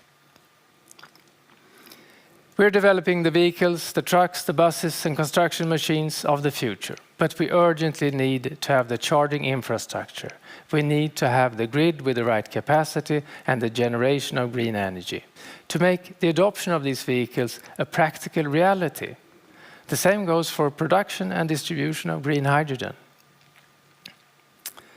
We need to see charging stations being built much more quickly than we see today. We all heard of the chicken and egg dilemma, and it's really applicable here. It doesn't matter how many great fossil-free electric trucks we offer if the infrastructure is simply not in place to support their uptake. And this is why we are now teaming up with our toughest competitors in the truck industry, Daimler Trucks and Traton, to actually invest in the charging infrastructure industry. We intend to build 1,700 charging stations across Europe for heavy-duty vehicles. It's a good start, it's a strong signal, but it's far from sufficient. Partnership is the new leadership, and with that we mean that we need open-minded and innovative ways of cooperating to accelerate the pace of change, the likes of which we haven't seen before. The climate crisis is not a challenge we can face alone as a single company. Instead, business leaders, customers, suppliers, investors and policymakers and NGOs must work together to ensure a sustainable and equitable future for all. We are convinced that innovations will provide at least some of the answers society is looking for, and we want to be at the forefront and lead the way. That's why we are working with research institutions and universities to develop technologies that increase fuel efficiency and to develop and implement the use of alternative fuels in cooperation with the energy sector. A few examples of these new partnerships. Daimler and Volvo partnership to accelerate hydrogen fuel cell technology. Volvo, Daimler, Traton, the partnership building charging infrastructure. Ovako Steel, H2 Green Steel and Hitachi Power Grids together with Volvo to use surplus green hydrogen from the new green steel industry into fueling other sectors, including heavy-duty trucks. The hybrid project with SSAB, LKAB and Vattenfall creating this beautiful fossil-free mining hauler. We're also one of the founding members of the First Movers Coalition, a great initiative that was launched in Glasgow during COP26. It's about companies utilizing their individual purchasing power to commit to buy fossil-free transport, fossil-free steel, air travel, etc. This creates an impressive pull effect that is now spreading all over the globe. If your company hasn't signed up already, please visit the World Economic Forum website. You are most welcome in the club. Climate change is the challenge of our generation. For 50 years, our connection to the environment has been a core value, providing inspiration that has helped shape and guide our operations. It is our ambition to lead our industry to a net zero future. Today, tomorrow, and in the weeks, years, and decades to come, we'll do more and achieve more for the environment if we work together. But sustainability is not just about reducing our climate footprint. It's far bigger than that. It's about how we handle valuable resources and how we treat one another as people.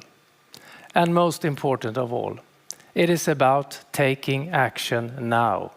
That makes a real difference for our customers, our partners, suppliers, our employees, and society at large as we work together to shape the world we want to live in. Thank you. Anders, thank you very much indeed. It's been a pleasure to hear your presentation. Bye-bye. Okay, thank you. Anyone who heard or read the latest assessment of the UN's Intergovernmental Panel on Climate Change, and these are the thousands of scientists around the world picked by their governments to look at all the peer-reviewed research on climate change. Anybody who read or heard this will know that it's not just time for urgent action, it's long overdue. But there still is time to act if the politics can respond to the science in time. Here, we're going to have 4 members of the Earth for All team that have produced this very special report 50 years on by the Club of Rome for this Stockholm Plus 50 conference. They're going to give us a deeper dive into their landmark report, and we have the honor to preview it.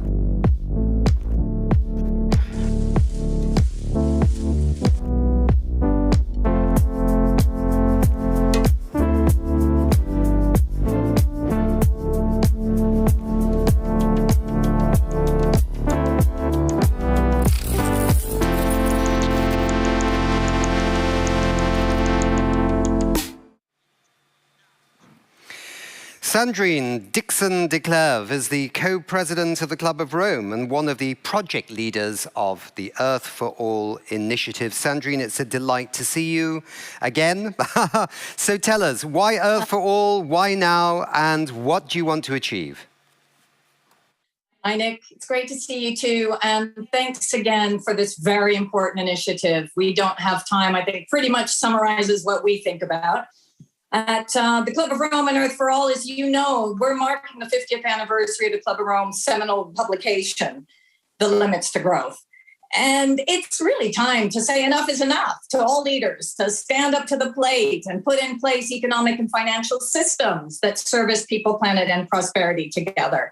So how do we do that? Knowing that we only have 8 years left in this decisive decade. COVID, conflict, and climate change is shaking our economies, our well-being, but it's also woken us up, and so many people across the globe, to transformation and the fact that we can transform for good or for bad. So what are we seeing? Well, we're seeing, first of all, that 74% of people in G20 countries want transformation, and they want well-being economies. And together, this international initiative, the Earth for All initiative, has worked by bringing together economists from across the globe, by bringing together modelers that are looking at system dynamic modeling in order to show the pathways that are necessary for long-term prosperity for all on a relatively stable planet.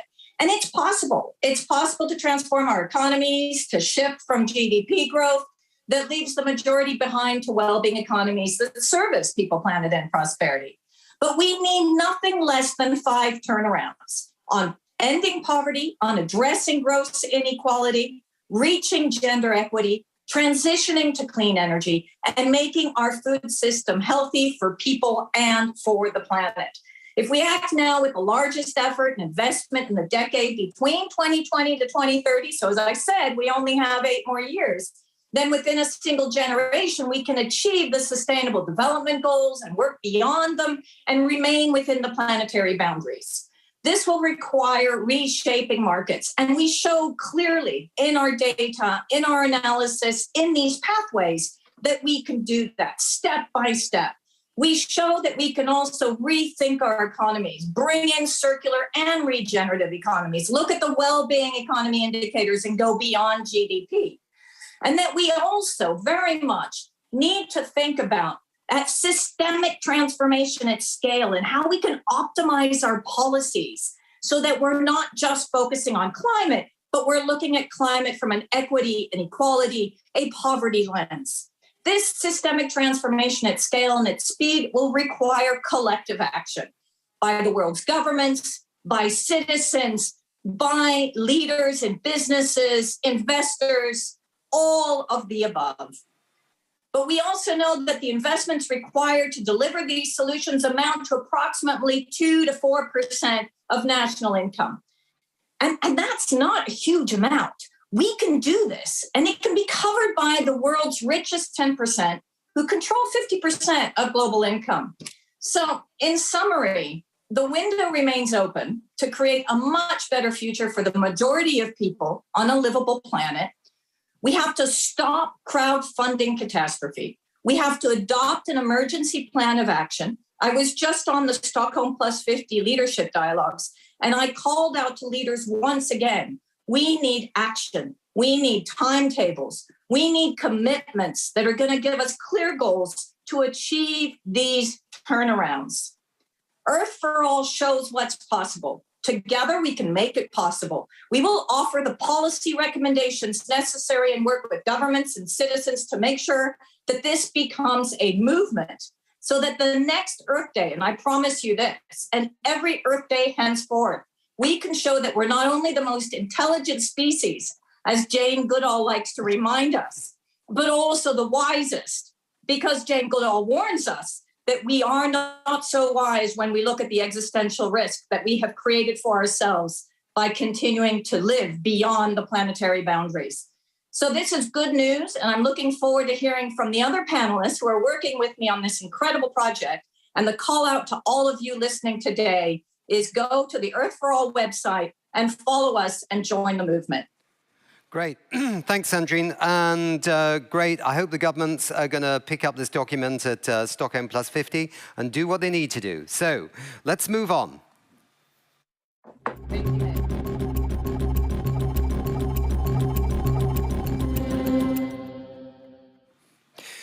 David Kolster is a postdoctoral researcher at the Stockholm Resilience Centre at Stockholm University.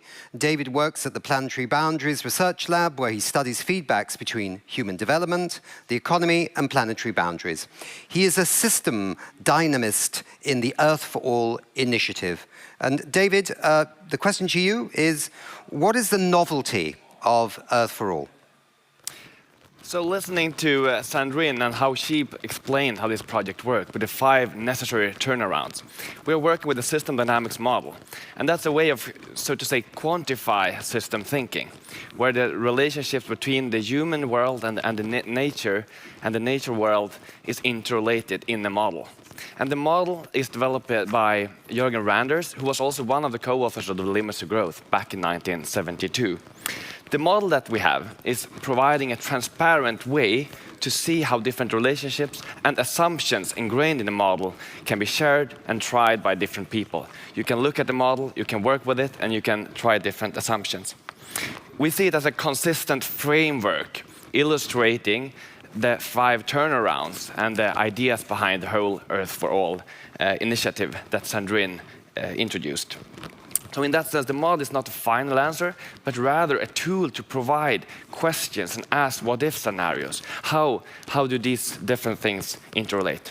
And when it comes to the human dimension and nature, we really see that looking back on decades and centuries, how human population have grown exponentially due to better conditions for human lives. But now we see that this is being counteracted by people choosing to have fewer children in rich countries. But also at the same time, economies have grown significantly. So we see that both the population and the economy is driving environmental pressures on the planetary boundaries that we really need to stay within. But it's important to highlight that the interrelations between the human and nature now in the Anthropocene are so important that we cannot neglect it. We cannot look at one side. We cannot look at nature in itself or the population in itself, but we need to put them together, and that's what we're doing in this modeling endeavor. One insight from gathering data and working with this model that we have gotten is that it's only below a certain income threshold that we see great achievement of income providing capabilities and human needs for people in the sense of educational outcomes, poverty eradication, and so on, and limiting hunger and so on and so forth. But above around $15,000 per person in income, we see that these benefits of income is levering off. And this is why we're reaching a state where we need to focus more on, instead of growing the economy at all costs, to focus more on creating a well-being society. We need to find ourselves at home, as has been highlighted by Catherine Trebek from the Wellbeing Economy Alliance. So countries with high incomes need to shift away from focusing on incomes to focus on good lives. What is good life? Less stress maybe, more education and better lives for all. When it comes to environmental science part of the model, we see different kind of pressures on different planetary boundaries. Climate change that we talk mainly about today is of course very much related to the aggregated economic activity. But we can also see that by shifting to renewable energy, shifting to eating less red meat and so on, we can see that the effect can be limited, as well as looking at different ways to downscale our economies. But the difficult nut to crack here is, of course, to shift from one environmental harmful activity to something else that is less harmful, but also that does not affect other of the planetary boundaries. Because nature is one, and nature's boundaries are absolute. So I want to raise the fact that we're focusing on carbon very much today, that what Anders said in the opening session, and that was confirmed by Susan Chomba as well, is that poverty is persisting. And that's why we really need to look at these questions as interrelated. The climate change is harming those worse off, those living in poor countries, the most, while they are not responsible for the situation we are today. But now we need to work together. We need to work together to realize these 5 transformations that we have proposed by the Earth for All initiative, and that are illustrated with the modeling work that we are working with. So we need to tackle energy and food transformation, but also inequality, poverty, and crucial, women empowerment. Super. David, thank you very much indeed. This is a very bang, bang, bang, bang session. So we're now going to move on to the next guest. But thank you very much indeed.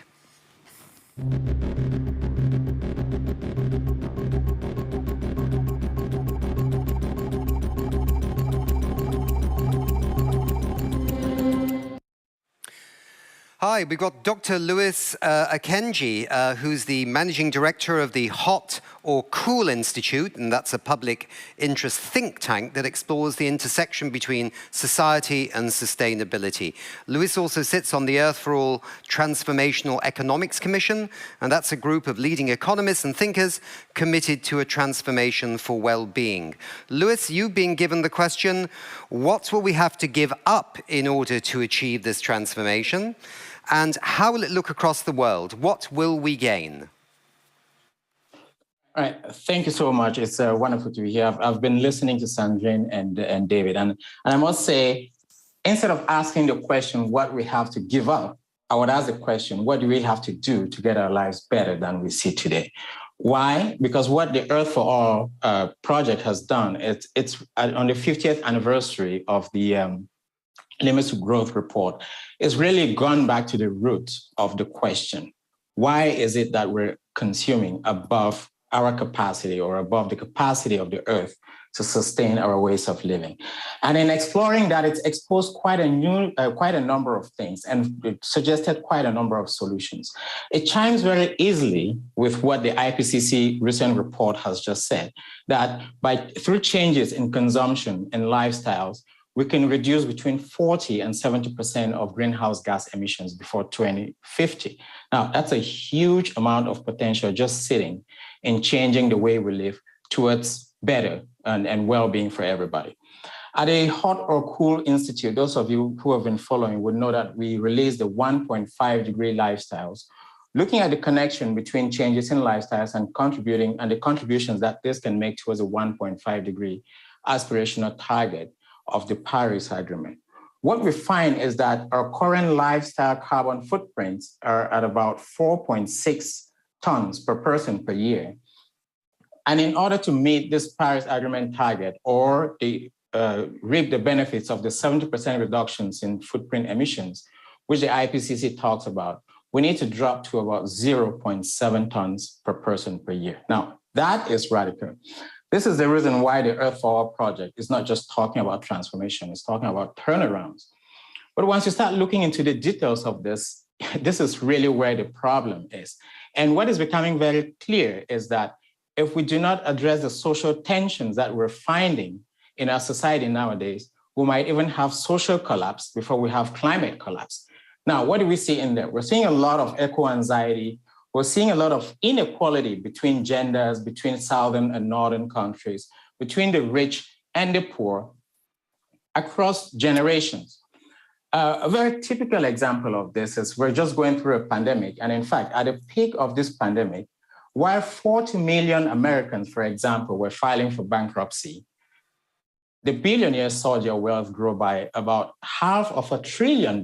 Now, that's the perversion we have in our society nowadays, right? This is one of the reasons why one of the suggestions which the Earth for All project is coming out with is that we should consider the possibility of capping wealth in society, where 10% of the richest in a country are not allowed to own more than 40% of national income. These are some of the things we'll be needing to look at. But it's not just an issue of people changing their lifestyles. It is how governments, businesses, and so on join forces to make it easier for sustainable ways of living to become default. In this, there are two main things I'd like to talk about. The first one is an approach which is very old to most people. Government traditionally uses what is called choice editing to make sure that we have public safety, public health, security, and so on. The point here is the government uses a certain criteria to allow certain things in society and to edit out certain things. So think of guns, for example. It's very difficult, at least for those of us in Europe, to walk into a shop and buy a gun. This is because governments have decided in the interest of public safety, they've edited that out. But in a climate emergency, shouldn't we be using sustainability as a criteria for editing in and out the options that we have in society? So what are some of these? It is very obvious. What do we edit out? Those high impact areas in society, especially those that have private benefit and public burden, such as use of fossil fuels, second homes, and loyalty programs for five-star hotels and frequent flyers. All of these would need to be edited out. What needs to be edited in? Opportunities for regenerative agriculture, for plant-based diets, and other ways of living that are more in keeping with the targets that we've agreed upon. But it's not just about editing or taking away things. It's also about finding social innovation, spurring the spirit in society amongst businesses to find new ways of meeting our needs that are different from what we've traditionally seen. In this regard, the Earth for All project is also going to come up with something called the Wellbeing Index, building on the work of the Wellbeing Economy Alliance. What it recognizes, and which I think every economist or even non-economist would tell you, is that what we now call the GDP is a brutal, extractive, and colonial measure of what it means to be a developed country or a developed economy. And we need to move away from this towards 21st century measures for actually how to live in society. David has mentioned well-being.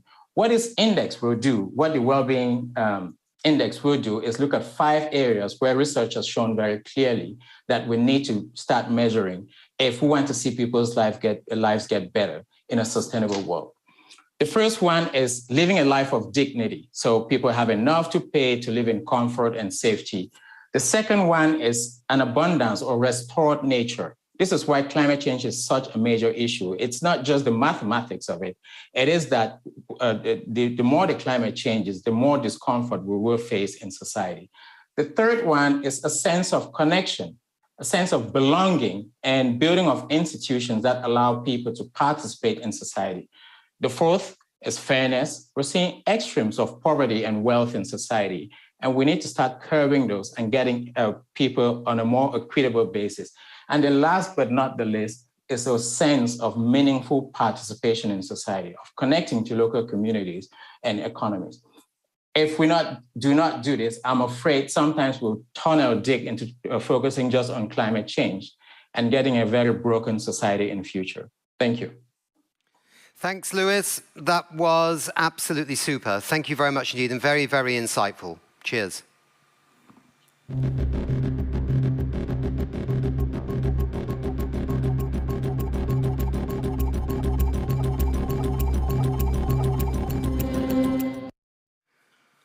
Good, and now the last of the Earth for All musketeers, as I've described them, because they've been really rampaging through this topic.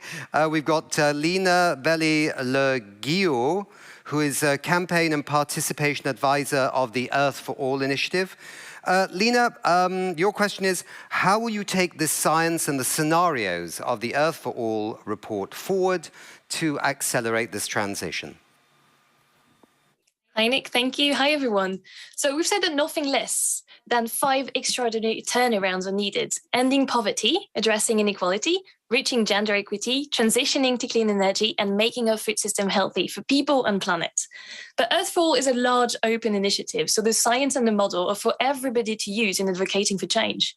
The commissioners, such as Lewis, have highlighted the need to act on 5 extraordinary turnarounds and identified 15 specific policy changes to do that. So we are going through that, as David explained, through a systems perspective, which means that more can be added or articulated by others in each specific context. We think that the next decade is decisive, and the first immediate step is Stockholm Plus 50, where we expect and demand an ambitious outcome document. After that, there will be G20 and the COP27, and next year the Summit for the Future, which is organized by the UN. We'll bring our recommendations, and we hope that others will help us in bringing them too. And especially what we'll advocate for is the need to adopt systems thinking to address the challenge of our time. We cannot solve the climate crisis without solving the poverty and inequality crisis, and vice versa. So each turnaround has policy recommendations that will drive a disproportionate impact, like a ripple effect, if you will.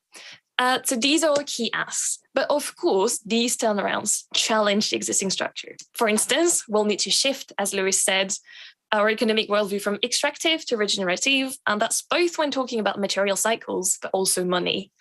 So firstly, we also ask that governments adopt new economic indicators that redefine what is valued in our society. So Louis talked about the well-being index, which is one of the core indexes that we're working around.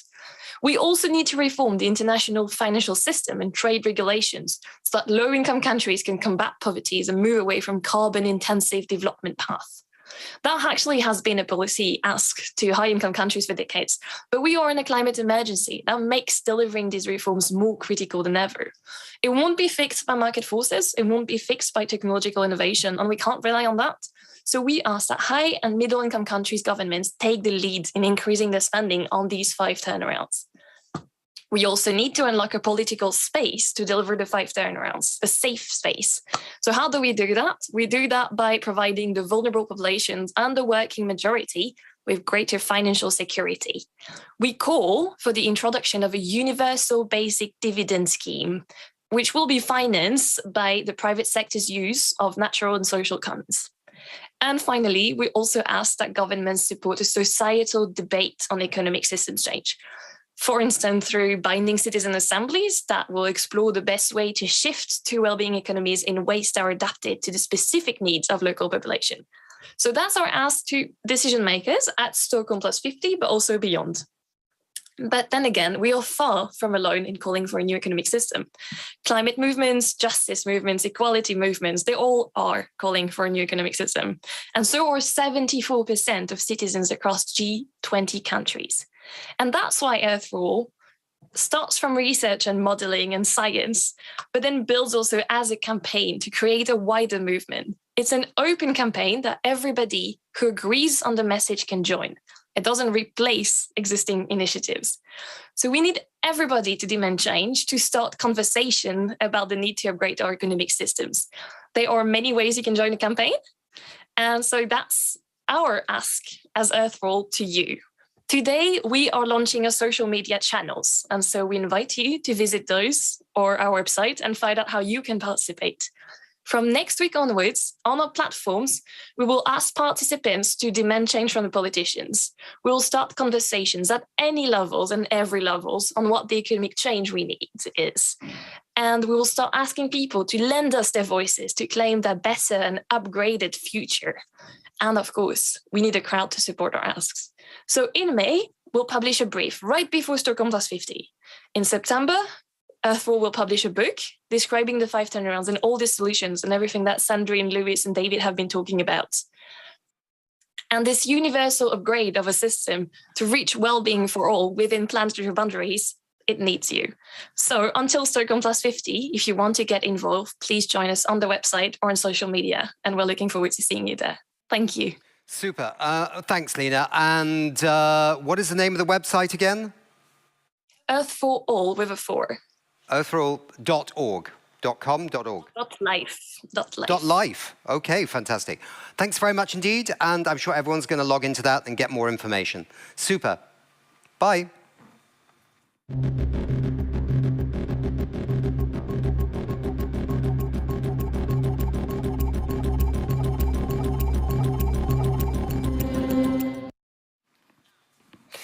Right, we move on to our next section, and it's a panel with 3 speakers. The first speaker I want to introduce is Matthias Frumière, who is the head of delegation to the United Nations Framework Convention on Climate Change in Sweden's Ministry of the Environment. And Matthias has spent most of his professional career in the Swedish Ministry of Foreign Affairs and is currently Sweden's chief climate negotiator. Coming in on Zoom, 2 other guests. We've got Christina Persson, the former Minister for the Future. Christina is the founder of several civil society networks and organizations focusing on the green transformation, and she's worked at the Secretariat for Future Studies at the then Prime Minister Olof Palme's office. And Christina is coming in from Sweden, but way, way, way beyond Stockholm, so she's not with us in person. And then from Exmoor, or maybe London, not sure, so Stanley, we've got Stanley Johnson, International Ambassador of the Conservative Environment Network and author of an amazing book, which when I was at UNEP, commissioned him to write, and he wrote it rather beautifully, which was UNEP, the First 40 Years, if the camera can see that, which we have here. And Stanley is a former member of the European Parliament, vice chairman of the European Parliament's Committee on the Environment, authored many, many books, and yes, I mean, from social media, everybody now knows, Stanley, that you're also the father of the British Prime Minister, so we'll leave it there. So let's move on to our first question. Matthias, climate action. We know from the Intergovernmental Panel on Climate Change that climate action is, in a sense, really more urgent than ever before. How does a country like Sweden step up its ambition at home, and also what can it do abroad to get the world on track? Well, thanks so much, Nick. As you know, the IPCC says that we all need to do more, and Sweden and the EU wants to provide that kind of global leadership in terms of sort of setting the right policies in place, providing the right kind of finance, and also facilitating the rollout of that kind of innovative technology which we need in order to accelerate climate action globally. And this is what we're trying to do at home, and also what we're trying to do together with EU partners and other partners in our global work to ensure that we sort of sustain and build that kind of global momentum coming out from COP26. And now, of course, we see Stockholm Plus 50 as sort of a step towards also to COP27 in Egypt in November, where we hope to rally that kind of opportunities that we see in climate action, bringing out new jobs and economic opportunities worldwide. Mm-hmm. And of course, I'm sure that at Stockholm Plus 50 that climate change will come up. It'll be impossible for nations not to address it. So we look forward to a stepping stone to the next UN climate conference in Egypt from there, yeah. Christina and Stanley, you were both in different capacities, in different ways, in Stockholm in 1972, a moment of history, a moment of optimism, a moment of the world coming together, now seeing environmental issues going global. Why today are we staring at so many crises 50 years on? Why does the Club of Rome have to issue another report that we need to rally around? Why is there so much unfinished business and the clock is ticking so fast? Christina, why don't you come in on that one first? Are you muted, Christina? You may have to unmute. Hello? I'm unmuted. I know, yeah, there we go. That was a mini crisis, not as bad as climate change, so it's okay. Yes, Nick, I've asked myself that question many times. Why isn't the political system able to cope with the great challenges that we see ahead of us, and especially the climate challenge, as we have known about it so long? I mean, as late as early, I should say, maybe 1992, the UN nations signed the declaration that they should do what they could to reduce emissions in order to stop climate warming. That is 30 years ago. And then everything went on business as usual. And the emissions just accelerated year after year.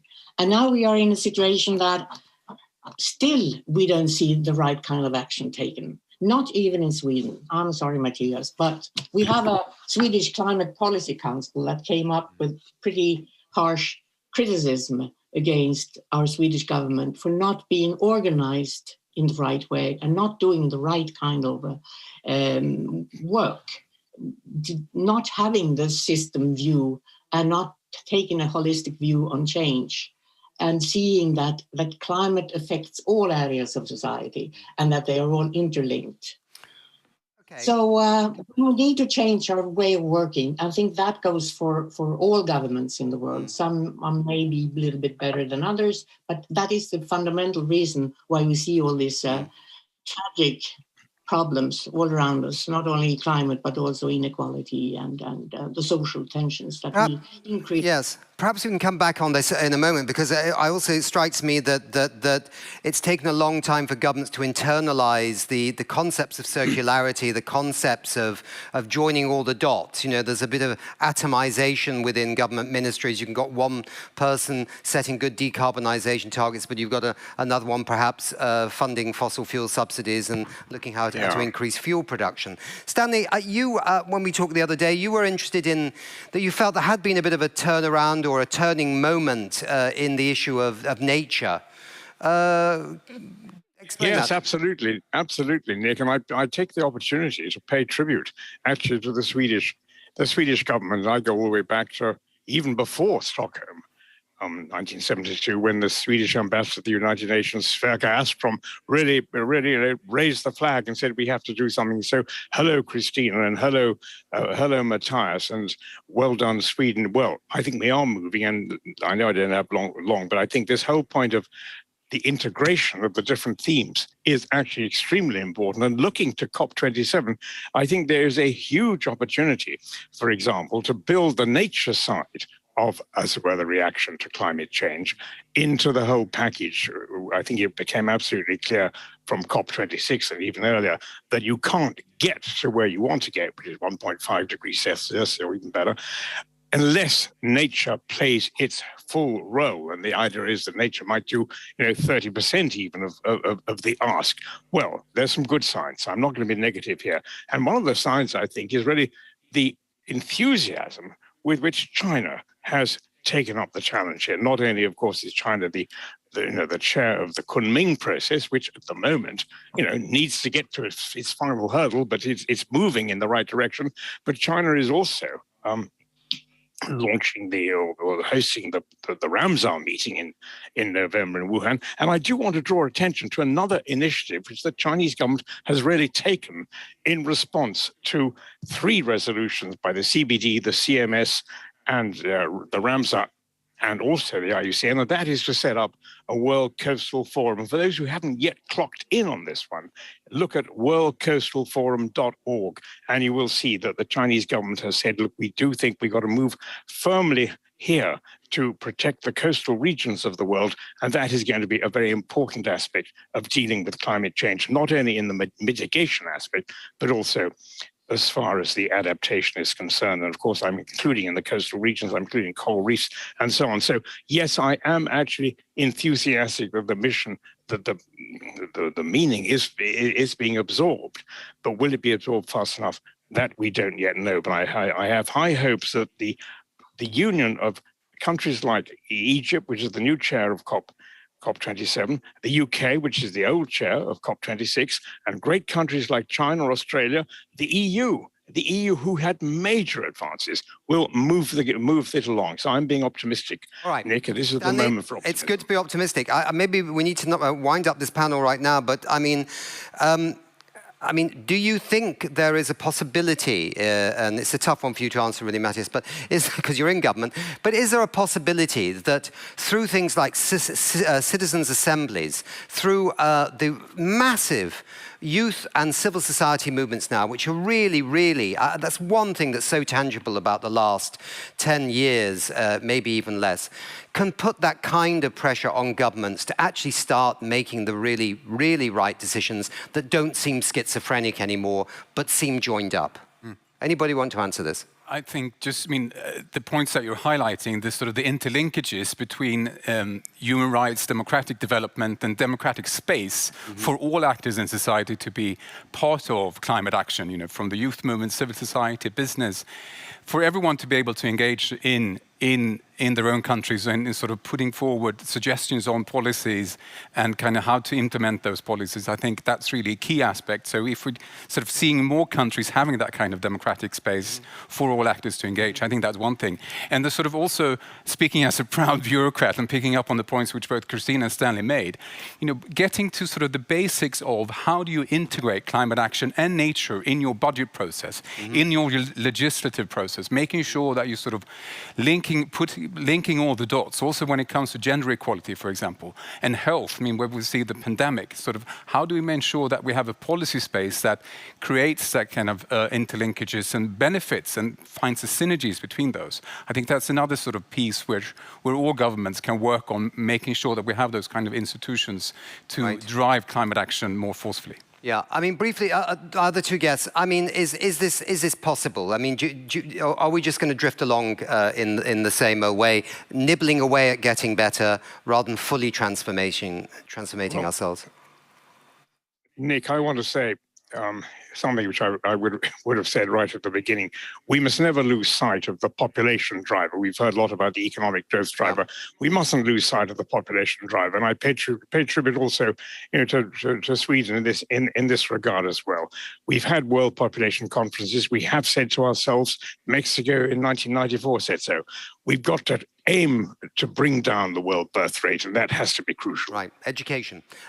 Christina. Well, I put my hope to the combination of pressure from civil society and business. Unfortunately, civil society takes time to organize but it's coming more and more. And business knows that the future lies in a fossil-free society. That is good for economic development, it's good for competitive strength, and it's necessary, absolutely necessary, to reach the fossil-free society in order for societies to prosper. And that lies in the interest of all, not least business. So I hope that governments will really learn and take stock of all the knowledge that there is in how we solve this crisis that lies ahead of us. Good, thank you. I always enjoy being in Sweden because I think the creativity of your industry is amazing, and I think the rest of the world has a lot to learn from the creativity of Sweden. But gentlemen, Christina, we have to end this part of the panel. I have to go over to our hubs now in Nairobi first and welcome them. I'm hoping to see, is it Simon Anderson, the CCO of... You're going to have to tell me because I can't read this sort of Swedish English writing that I've been given. Please, introduce yourself. Is it Simon? Great. How are you? How are you doing? Happy Earth Day. Yeah. Yeah, it's Timothy. What would you like to speak about? No, I'm just updating you on the events that are taking place here at the Nairobi Hub. Okay. We are having the engagement, and it's really interesting to have such a vibrant audience from the various planning institutions across the country. We want to bring in our two panelists who have been with us. That is Simon, Madam Simon, who will take us through, will make her contribution regarding to today's discussion. And also we have Paris Joroge, who is the Chief Environment Personnel from World Rally Championship. So welcome, Madam Simon. Hello, everyone. Christina, you can stay or you can go. It's fine. Okay. You can all hear me, I hope. Hello, Nairobi. Yeah. So, it's lovely to be here. My name is Simone Andersson, and I'm working for a company here called We Center for Electronic Waste Management.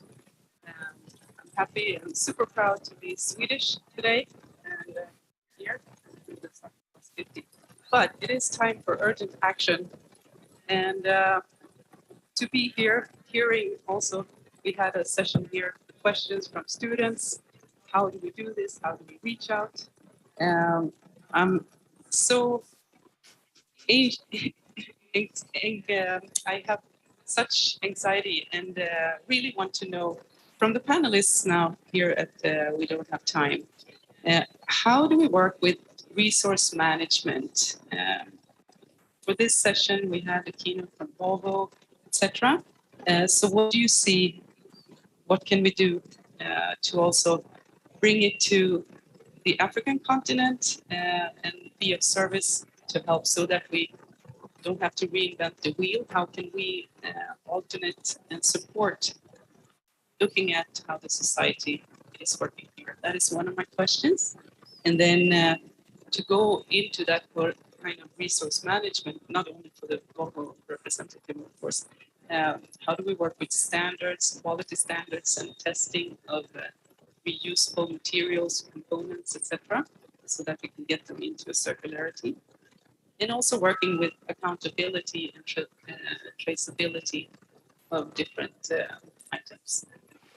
Okay, that's a three-part question. I just think you need to know that right now, this question is being asked to me because our panelists are not here right now, but also we got Shweta Chakrabarti, the head of our US operations, here on the show as well. Maybe I'll just try and answer briefly one question. What we've been seeing here, Simone, is as a very strong interest that we need to develop the circular economy in which nothing is waste. And you know that globally, less than 9% of the global economy is circular. How do you bring circular principles to an economy is one of the big challenges. Some countries are now pushing the boundaries, the Netherlands, for example. But you're absolutely right. I mean, we need to reach a point at which governments understand that there is nothing called waste, that it is all a resource for another process. But sometimes the biggest challenge are actually the government policies that actually work against using waste. In a country like Sweden, for example, it's very difficult to actually reuse certain minerals that have been used in a process before, and they'd rather actually in the law have virgin materials mined halfway around the world using tons of energy, rather than using those materials that are in things like the wastewater stream, in the household waste stream. These are materials that could be brought back into the economy and being very useful. So government standards are very important. And in the developing countries, I think it's absolutely clear that one needs to work with some of the kind of standards institutions of, say, the United Nations and others to actually bring those kinds of laws into place that allow waste to be reused, as long as they're within health and safety standards, of course, and that's another key thing as well, particularly in a country like Kenya.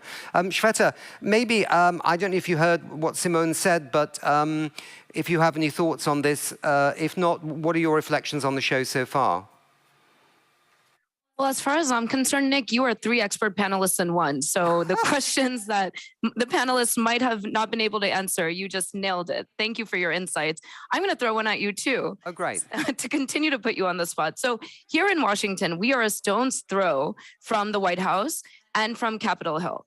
And what I've been hearing from this segment, the previous segments, is a real call to action from country leaders. And we know the United States has historically been leading the charge on ensuring that these global ambitions are met ahead of these various multilateral events, COP26 most recently, Stockholm Plus 50 coming up, of course, COP27 at the end of the year. So what is it that we're asking of US leadership right now? I would love your thoughts on this, Nick. What is it that we, if we talk loudly enough, might actually be overheard on Capitol Hill? We are really just that close. What do you think? What would the one ask be on this Earth Day of US leadership? I think the one ask would be in respect to climate change is that for many countries around the world, still to this day, the United States is seen as a major power and to have a major influence on the world, in which of course it does. But there are other major powers now. It's not like the old days of 1972. But I think there is still a sense that the United States has not gone as far and as fast as it could do with its climate action within the United States. But more importantly, because the biggest prize are the emissions we can reduce in the developing countries, that we can avoid. And I think with the new administration, to reverse some of the cuts to the overseas development aid budgets in terms of support for developing countries would have multiple benefits for the local people in those countries, but also for the global climate. And it's not, we're not talking trillions of dollars, right? I know that's always sensitive as money, but we're talking about basically investing in the future of our friends and our global family in different parts of the world, but in our own national interests, because we want to see climate change reduced. I think that would be one question. On the, Simone, you're coming back a little bit on the issue of resource efficiency, probably. And I can only briefly answer this because we have to move on to the next section. But what point do you wish to make, Simone?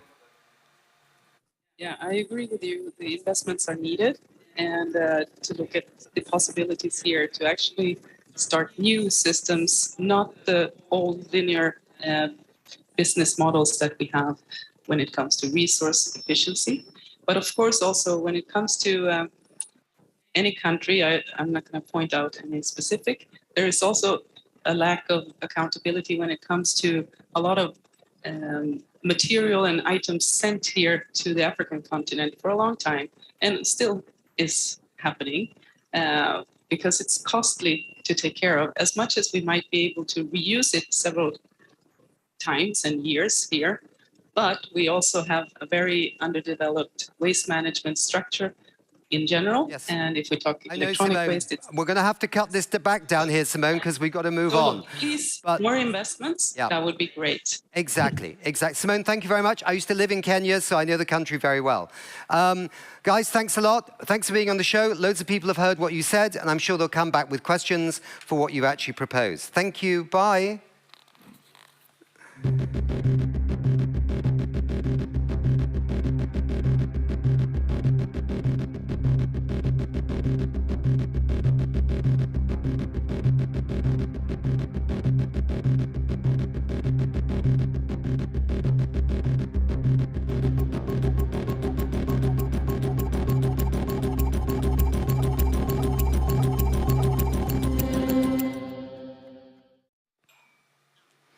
So we're just going to hear a little bit about some of the legacies of both the United Nations Environment Programme and thus of 1972. Small little glimpses into important things that maybe you're not aware of.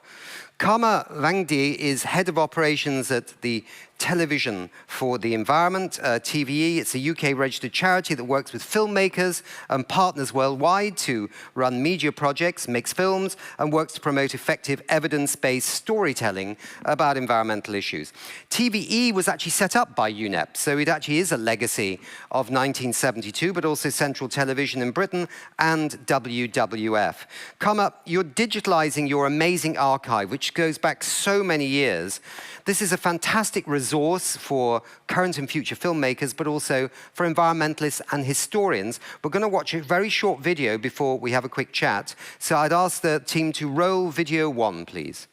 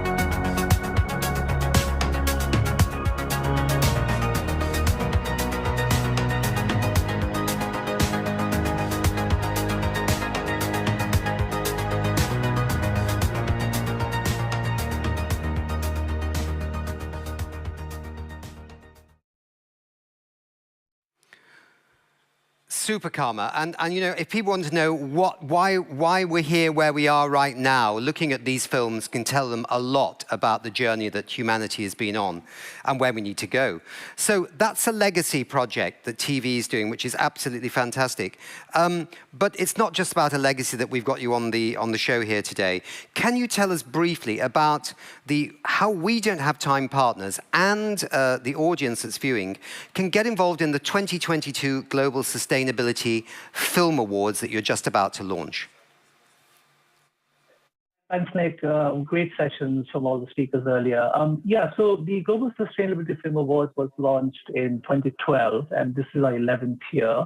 The awards, this is annual awards where we recognize outstanding films from the business, non-profit, media, and the creative sectors that inspire audiences with the real-world solutions to bring about more sustainable ideas about what can be done. So, the idea behind the whole session today was going back into the nature-based solutions, and the idea behind the awards is also looking at some of the solutions right from corporate houses to independent organizations, where they can look at some of these solutions which are already available there, but if it can be scaled up to larger audiences.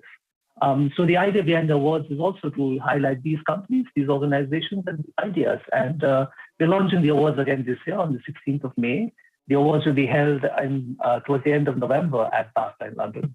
Right, great. So here we got BAFTA, which is the British Academy for Film, TV, and the Arts. Fantastic. So Karma, thank you so much for being on the show. Very brief, I know, but it's been great. Can we just roll video 2, which is about the Global Sustainability Film Awards?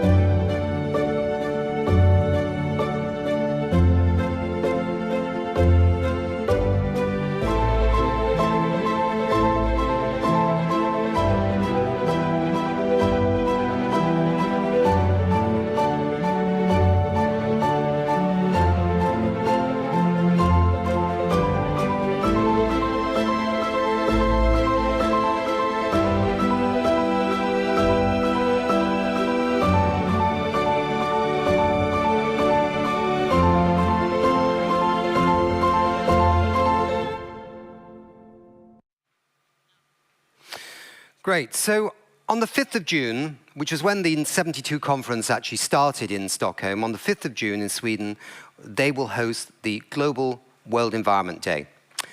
And it's organized every year by UNEP, but Sweden is the host this year. Like Earth Day, it mobilizes millions and millions and millions of people around the world, and it leaves its own lasting legacy. I happened to be in Mongolia in 2013, and it was the host of World Environment Day. And there, in one of its natural national parks, was the Przelsky horse, which had actually gone extinct in Mongolia, where it's called the Taki, and they'd actually reintroduced it on World Environment Day 1992. This was a legacy project in their country. And another project actually born on World Environment Day 2013, supported by the Swiss Development Agency and UNEP, helping small-scale gold miners to process their ore without the health hazardous exposure of mercury to themselves and their families. Bagna Barasankan is Mongolia's national project manager for its Planet Gold initiative, and he tells us briefly about this legacy of World Environment Day in 2013. Thanks, Nick. Yes, I was the project coordinator of the SAM project funded by Swiss government, and we are very proud of what we achieved. Not only did this initiative protect people in the environment by cutting toxic mercury emissions exposure, but it has also informed our entire ASGM community about the availability of alternative processing technologies, and the mercury use can be avoided. This technology was replicated in many places in the country. In fact, now there are a dozen plants like this operating in Mongolia. We are now currently implementing a new global program called Planet Gold, which is funded by Global Environmental Facility and implemented by UNEP and UNIDO. Through this program, we will build on this previous good practice and further introduce new processing technologies.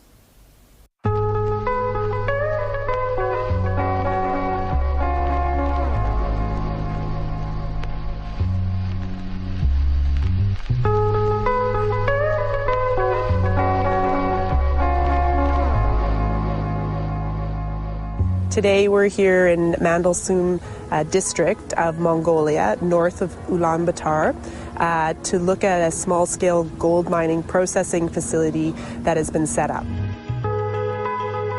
This processing facility, it's actually a toxic chemical-free processing facility, and so that's why it's in a really interesting place for us to visit today. It's a rather progressive place for us to be.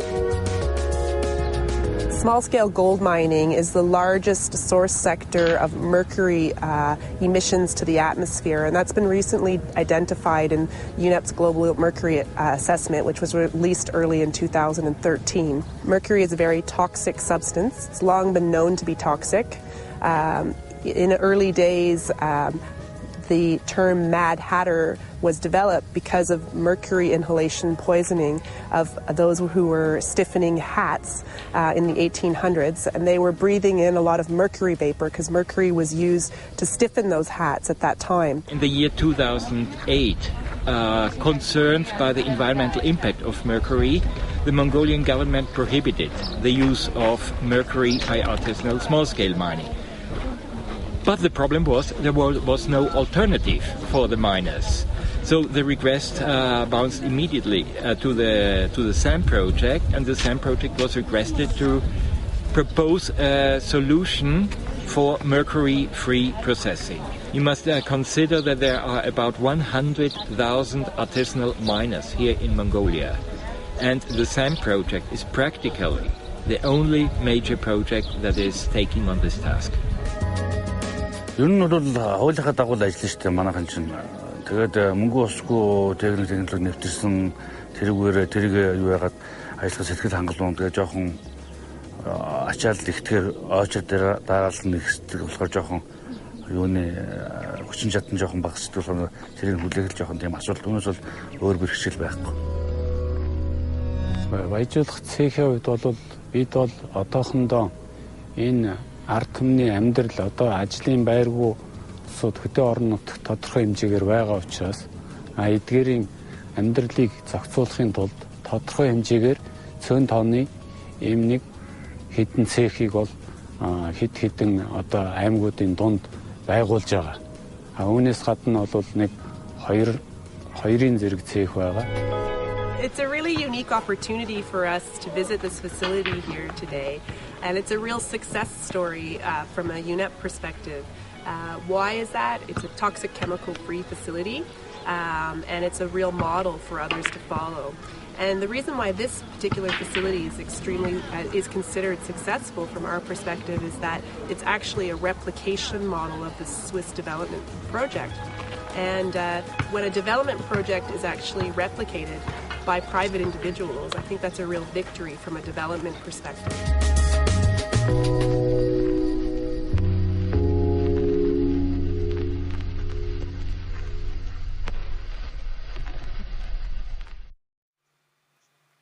And so let's see what the Swedish government has got in store as their legacy project as we look forward to June 5, 2022. In 1972, global leaders came together in Sweden for the first ever United Nations Conference on the Human Environment. It was unlike any previous event, bringing together 113 governments to discuss humanity's impact on the natural world. It is clear that the environmental crisis which is confronting the world will profoundly alter the future destiny of our planet. No one amongst us, whatever our status, strength or circumstance, can remain unaffected. The human environment will always change. Development will continue. There will be growth. This cannot and should not be avoided. The decisive question is in which direction we will develop, by what means we will grow, which qualities we want to achieve, and what values we wish to guide our future. I think the lasting message of the Stockholm Conference will be the realization that man has come to one of those seminal points in his history where his own activities are the principal determinants of his own future. Now, 50 years after that Stockholm meeting, we face a triple planetary crisis of climate change, pollution, and biodiversity loss, as well as other planetary ills that are affecting our current and future well-being. This triple crisis is our #1 existential threat, and we need an urgent, all-out effort to turn things around. An unhealthy planet threatens human health, prosperity, equality, and peace, as we have seen only too clearly in COVID-19. It also threatens the achievement of SDGs. In this moment of truth, we need to urgently work to transform our economies and societies. The science is clear. The solutions are known. We need whole of society action for a whole of society problem. We know it can be done. The world came together to fix the ozone layer, phase out leaded fuel, and stop endangered species from going extinct. With this in mind, the UN General Assembly has decided to convene an international meeting entitled Stockholm +50, a healthy planet for the prosperity of all, our responsibility, our opportunity. It will be held in Stockholm, Sweden, from the 2nd till the 3rd of June 2022. It will commemorate the 50 years since that 1972 watershed moment when the environment took center stage for the first time. There is only one Earth, and the stakes have never been higher. Join us.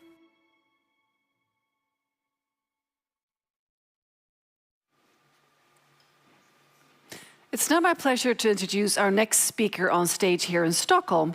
It is Mats Pellbeck-Sharp. He's head of sustainability at Ericsson, and there he is responsible for climate action, circular economy, energy performance, and triple bottom line impact of product, services, and company operations. Ericsson has set targets that are accepted to be on the 1.5-degree target by the Science Based Targets initiative. So great to have you here on your own stage here in Kista, Stockholm. So Mats, we have talked a lot about the race to zero and also about the nature-based solutions. What are the possibilities for the ICT sector to drive this change? I think that the ICT sector has, in fact, 3 major elements to drive a lot of change. And the first one being recognized for being a driver of exponential change, so really changing things fast, which we need to do. And the second part being that it lowers barriers to entry. And the third part being about access to markets. So, and I think that's hugely important, especially for smaller farmers and fisheries. So just to give you an example of what that means is really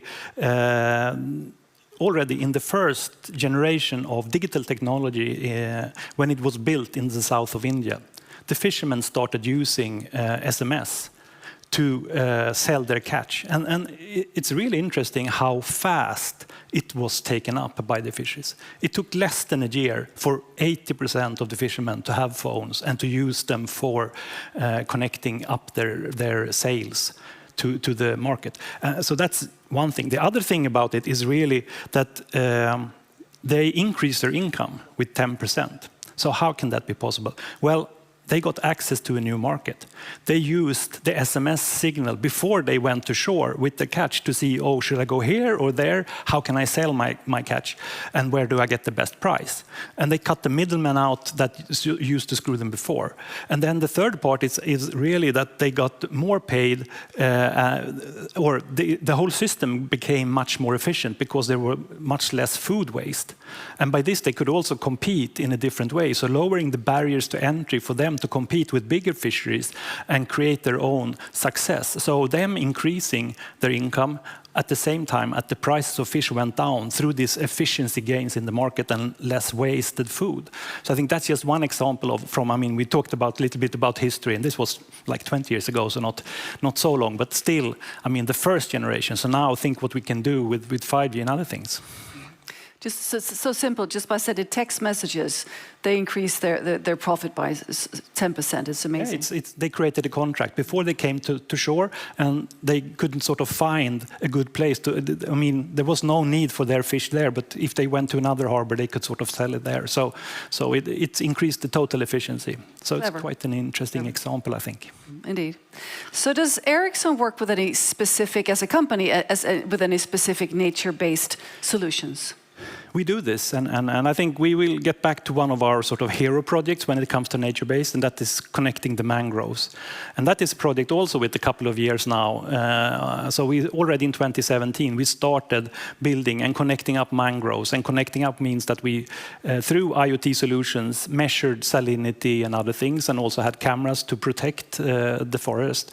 So, and by using our technology in connection with the local villagers and sending them messages and so on, the survival rate of the saplings increased from 40% and doubled up to 80%.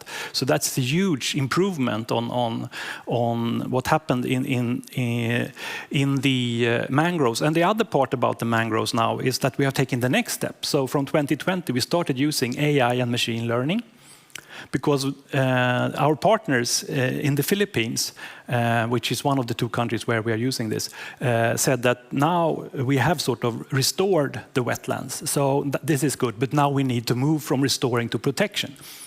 So we were putting in AI and machine learning in the cameras that are used there. And by using that, we could sort of look at all different animals. I mean, both mankind and people, as well as birds. And why is this important? So for people going into the area, it was important to see if they were going into restricted areas and if they were sort of doing illegal things. So that's one thing. The other part is about the birds, which is maybe more interesting, is that there are two modules in the AI. One is then recognizing that this is a bird, and the second part is what species of birds. So there became a census of different species of birds. And this is hugely important because the birds is also a sign of the healthiness of the ecosystem and the biodiversity in the area, because the birds are eating different types of animals or fishes or seafood or other things. So then you can see if the ecosystem is healthy, because then you can see if the right birds are there. And I think even the coolest thing is we have been told that they've now found a bird that they thought were extinct, because suddenly the AI system said, I don't recognize this bird. So then they went in and looked at the pictures, and of course it wasn't in the library because they thought it was extinct. And now they sort of rediscovered the bird. So I think that's one of the interesting parts about it. So I think, and now Ericsson, we are launching this on a sort of AI for sustainability platform where we are putting some of these things and starting ecosystems for that. So that's what we're doing right now within the ecosystem of protecting environment and doing other things with AI and machine learning for sustainability. Well, thank you so much, Mats. It's very inspiring examples indeed. Thank you. Thank you. Well, fighting climate change is a lot about changing behaviors. RARE is the leading behavior change organization in the conservation world, and here is how the organization introduces itself.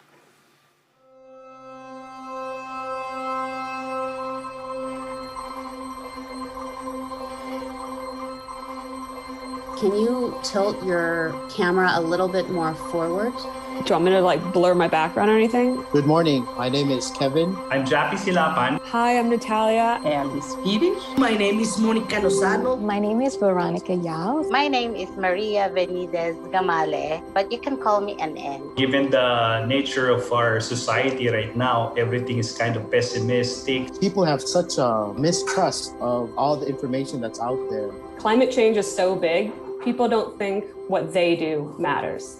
People inherently want to do good. So if you just present them with the options of like, okay, here's something you can do that's better for everyone, plus the environment, why would you not do it? We started to train the communities how to manage their own resources. They were able to have a voice. So we empower them and say, you can do it. You can have your own decisions. Environment is very important because it's the main source of livelihood. Once the livelihood is not stable, that's where the injustice starts. The biggest thing is positioning it in the way that it solves their problem. A neighbor to neighbor or friend to friend Those are the conversations that normally bring about change. You get to know their family, their children, vision of their future. How do you say this? It's kind of close to my heart. Yeah.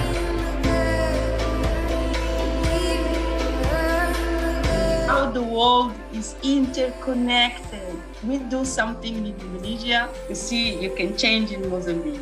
You change something in Mozambique, you can change in Colombia. While we're talking a lot about individual actions, those actions end up being collective. If it's not now, then when? If it's not us, then who? For me, it's like a privilege to be part of the story and part of this change. I'm so proud of being part of that.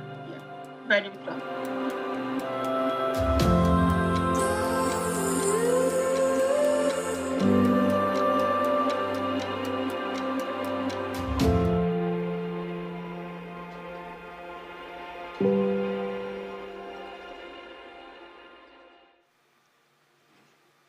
By using and also scaling an amazingly simple method, the Dutch organization Just Dig It has managed to restore 60,000 hectares of degraded land in Kenya, Tanzania, and also other parts of Africa. Let's watch this video and learn more. Global warming is moving in fast, and we only have 10 years to act. Our solution is regreening. By restoring degraded land, we can revive vegetation, all the while cooling down our planet. In Africa, we restored 60,000 hectares of land and brought back 6 million trees already. Time to act up, speed up, scale up. This is the decade of doing. If 350 million African farmers are empowered, the mother continent can be regreened in the coming 10 years. So dig in, move the masses, tell your story and convince the critics. Dig in, make some noise, spread the word and inform your readers. Dig in, mobilize your fans and inspire a new generation. Fathers, mothers, children, everyone. Regreening is done together, and we've got a decade to do it. So let's do this. Dig in.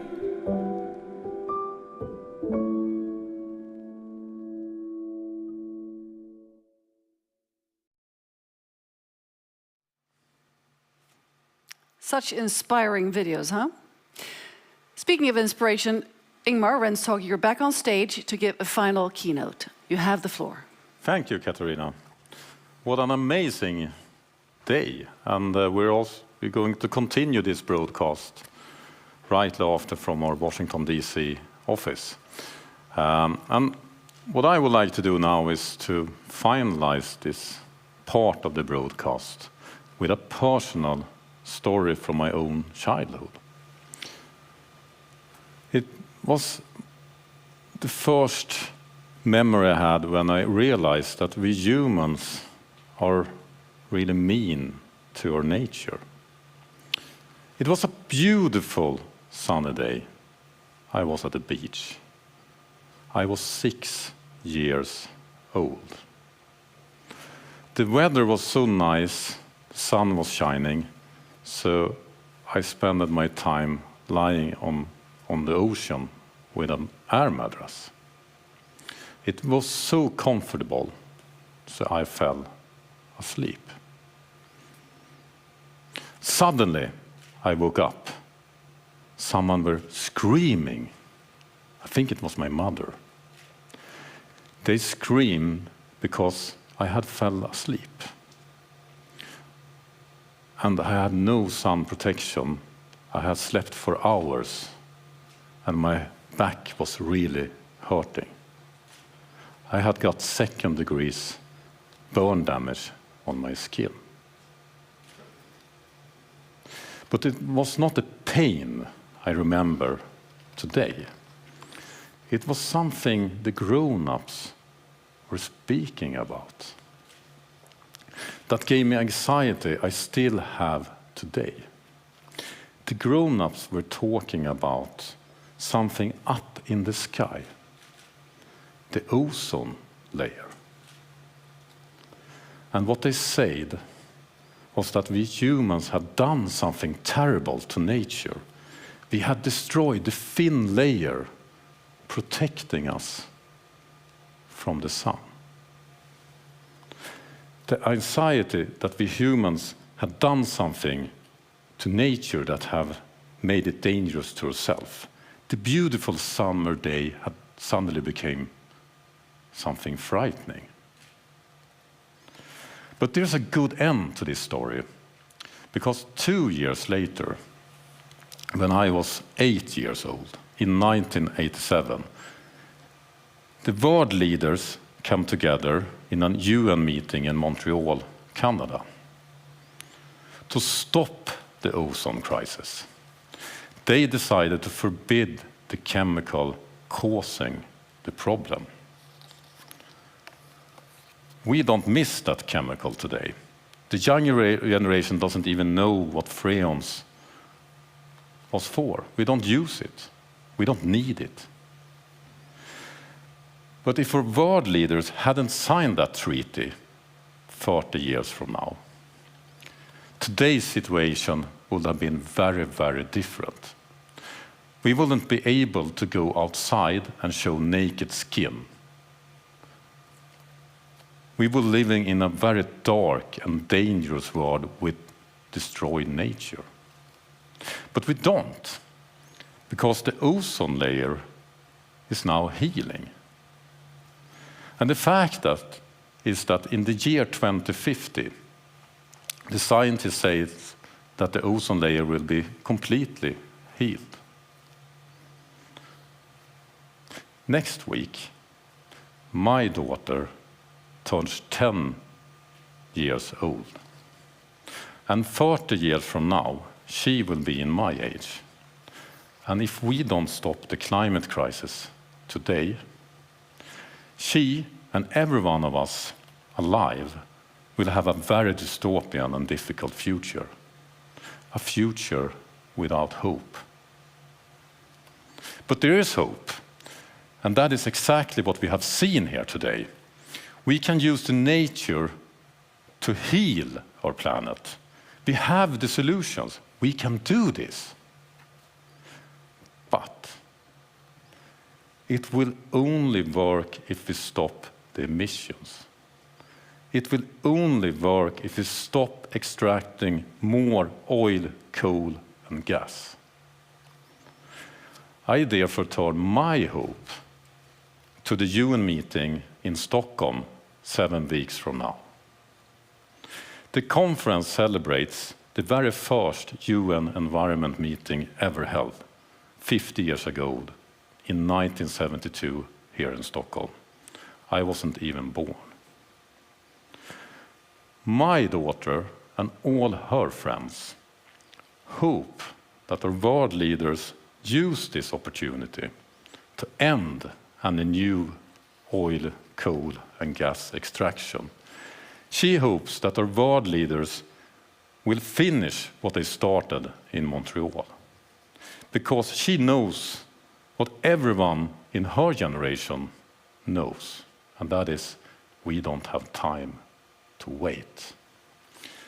And all of you that have been watching this also knows that fact.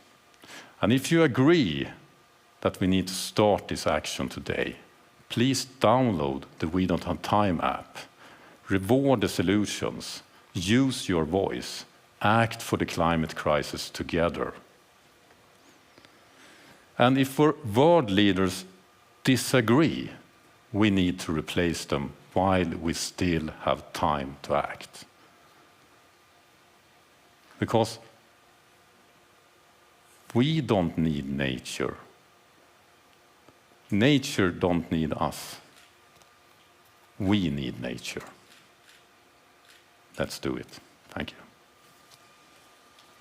Thank you so much, Ingmar Rensorg, for that very powerful message. And now we will soon end the section from Stockholm, and we're going to go to a video, music video. Yes, we're going to have the young Sami leader, Sarah Elvira, on the show to sing unaccompanied, a traditional indigenous Sami song, but unfortunately Sarah Elvira is unwell today, so we can't do that. But we have a backup, and we have a film from 2017 from the UN Climate Conference, which took place in Bonn in Germany, where the president in that time was of that particular conference was the small island of Fiji. And it's a song written by the German singer-songwriter Bernadette Lahengst, supported by the Save the World Festival, and brought many, many youth from Bonn together, showing that actually we don't need to be islands, we actually can be one. Let's see it from the opening of the conference.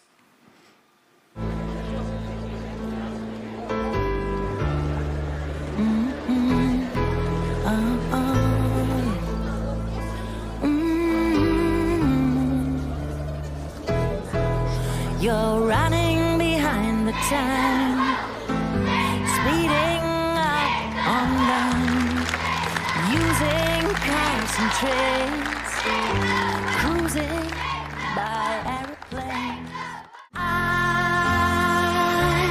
I'm an island, surrounded by the sea, my beloved enemy.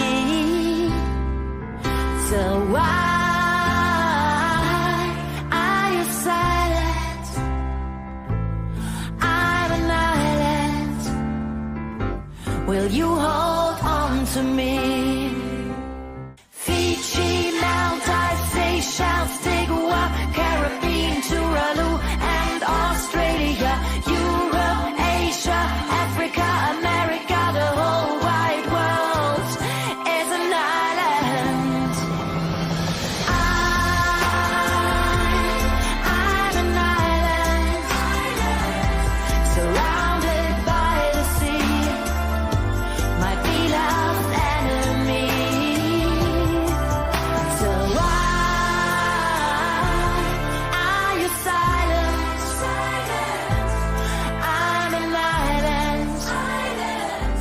Will you hold on to me?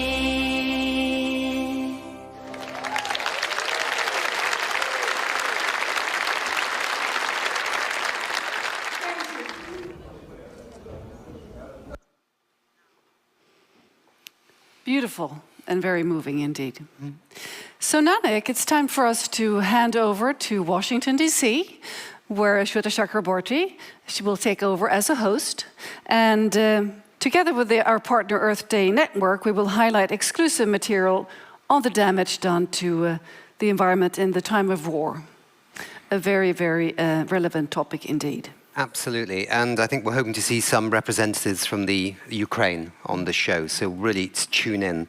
And then follows a panel and talks on regenerative agriculture. Regenerative, I always have a problem saying that, regenerative agriculture, I nearly said alcohol. Investing with intent, and nature needs circularity. Lots of important discussions and topics in the Washington segment. And with that, it's over and out from Stockholm. Thank you very much for watching, and just keep acting on climate change in any platform, in any channel, just do it. And of course, We Don't Have Time is always open for you to join in and share your stories and love and warnings. Absolutely. Bye.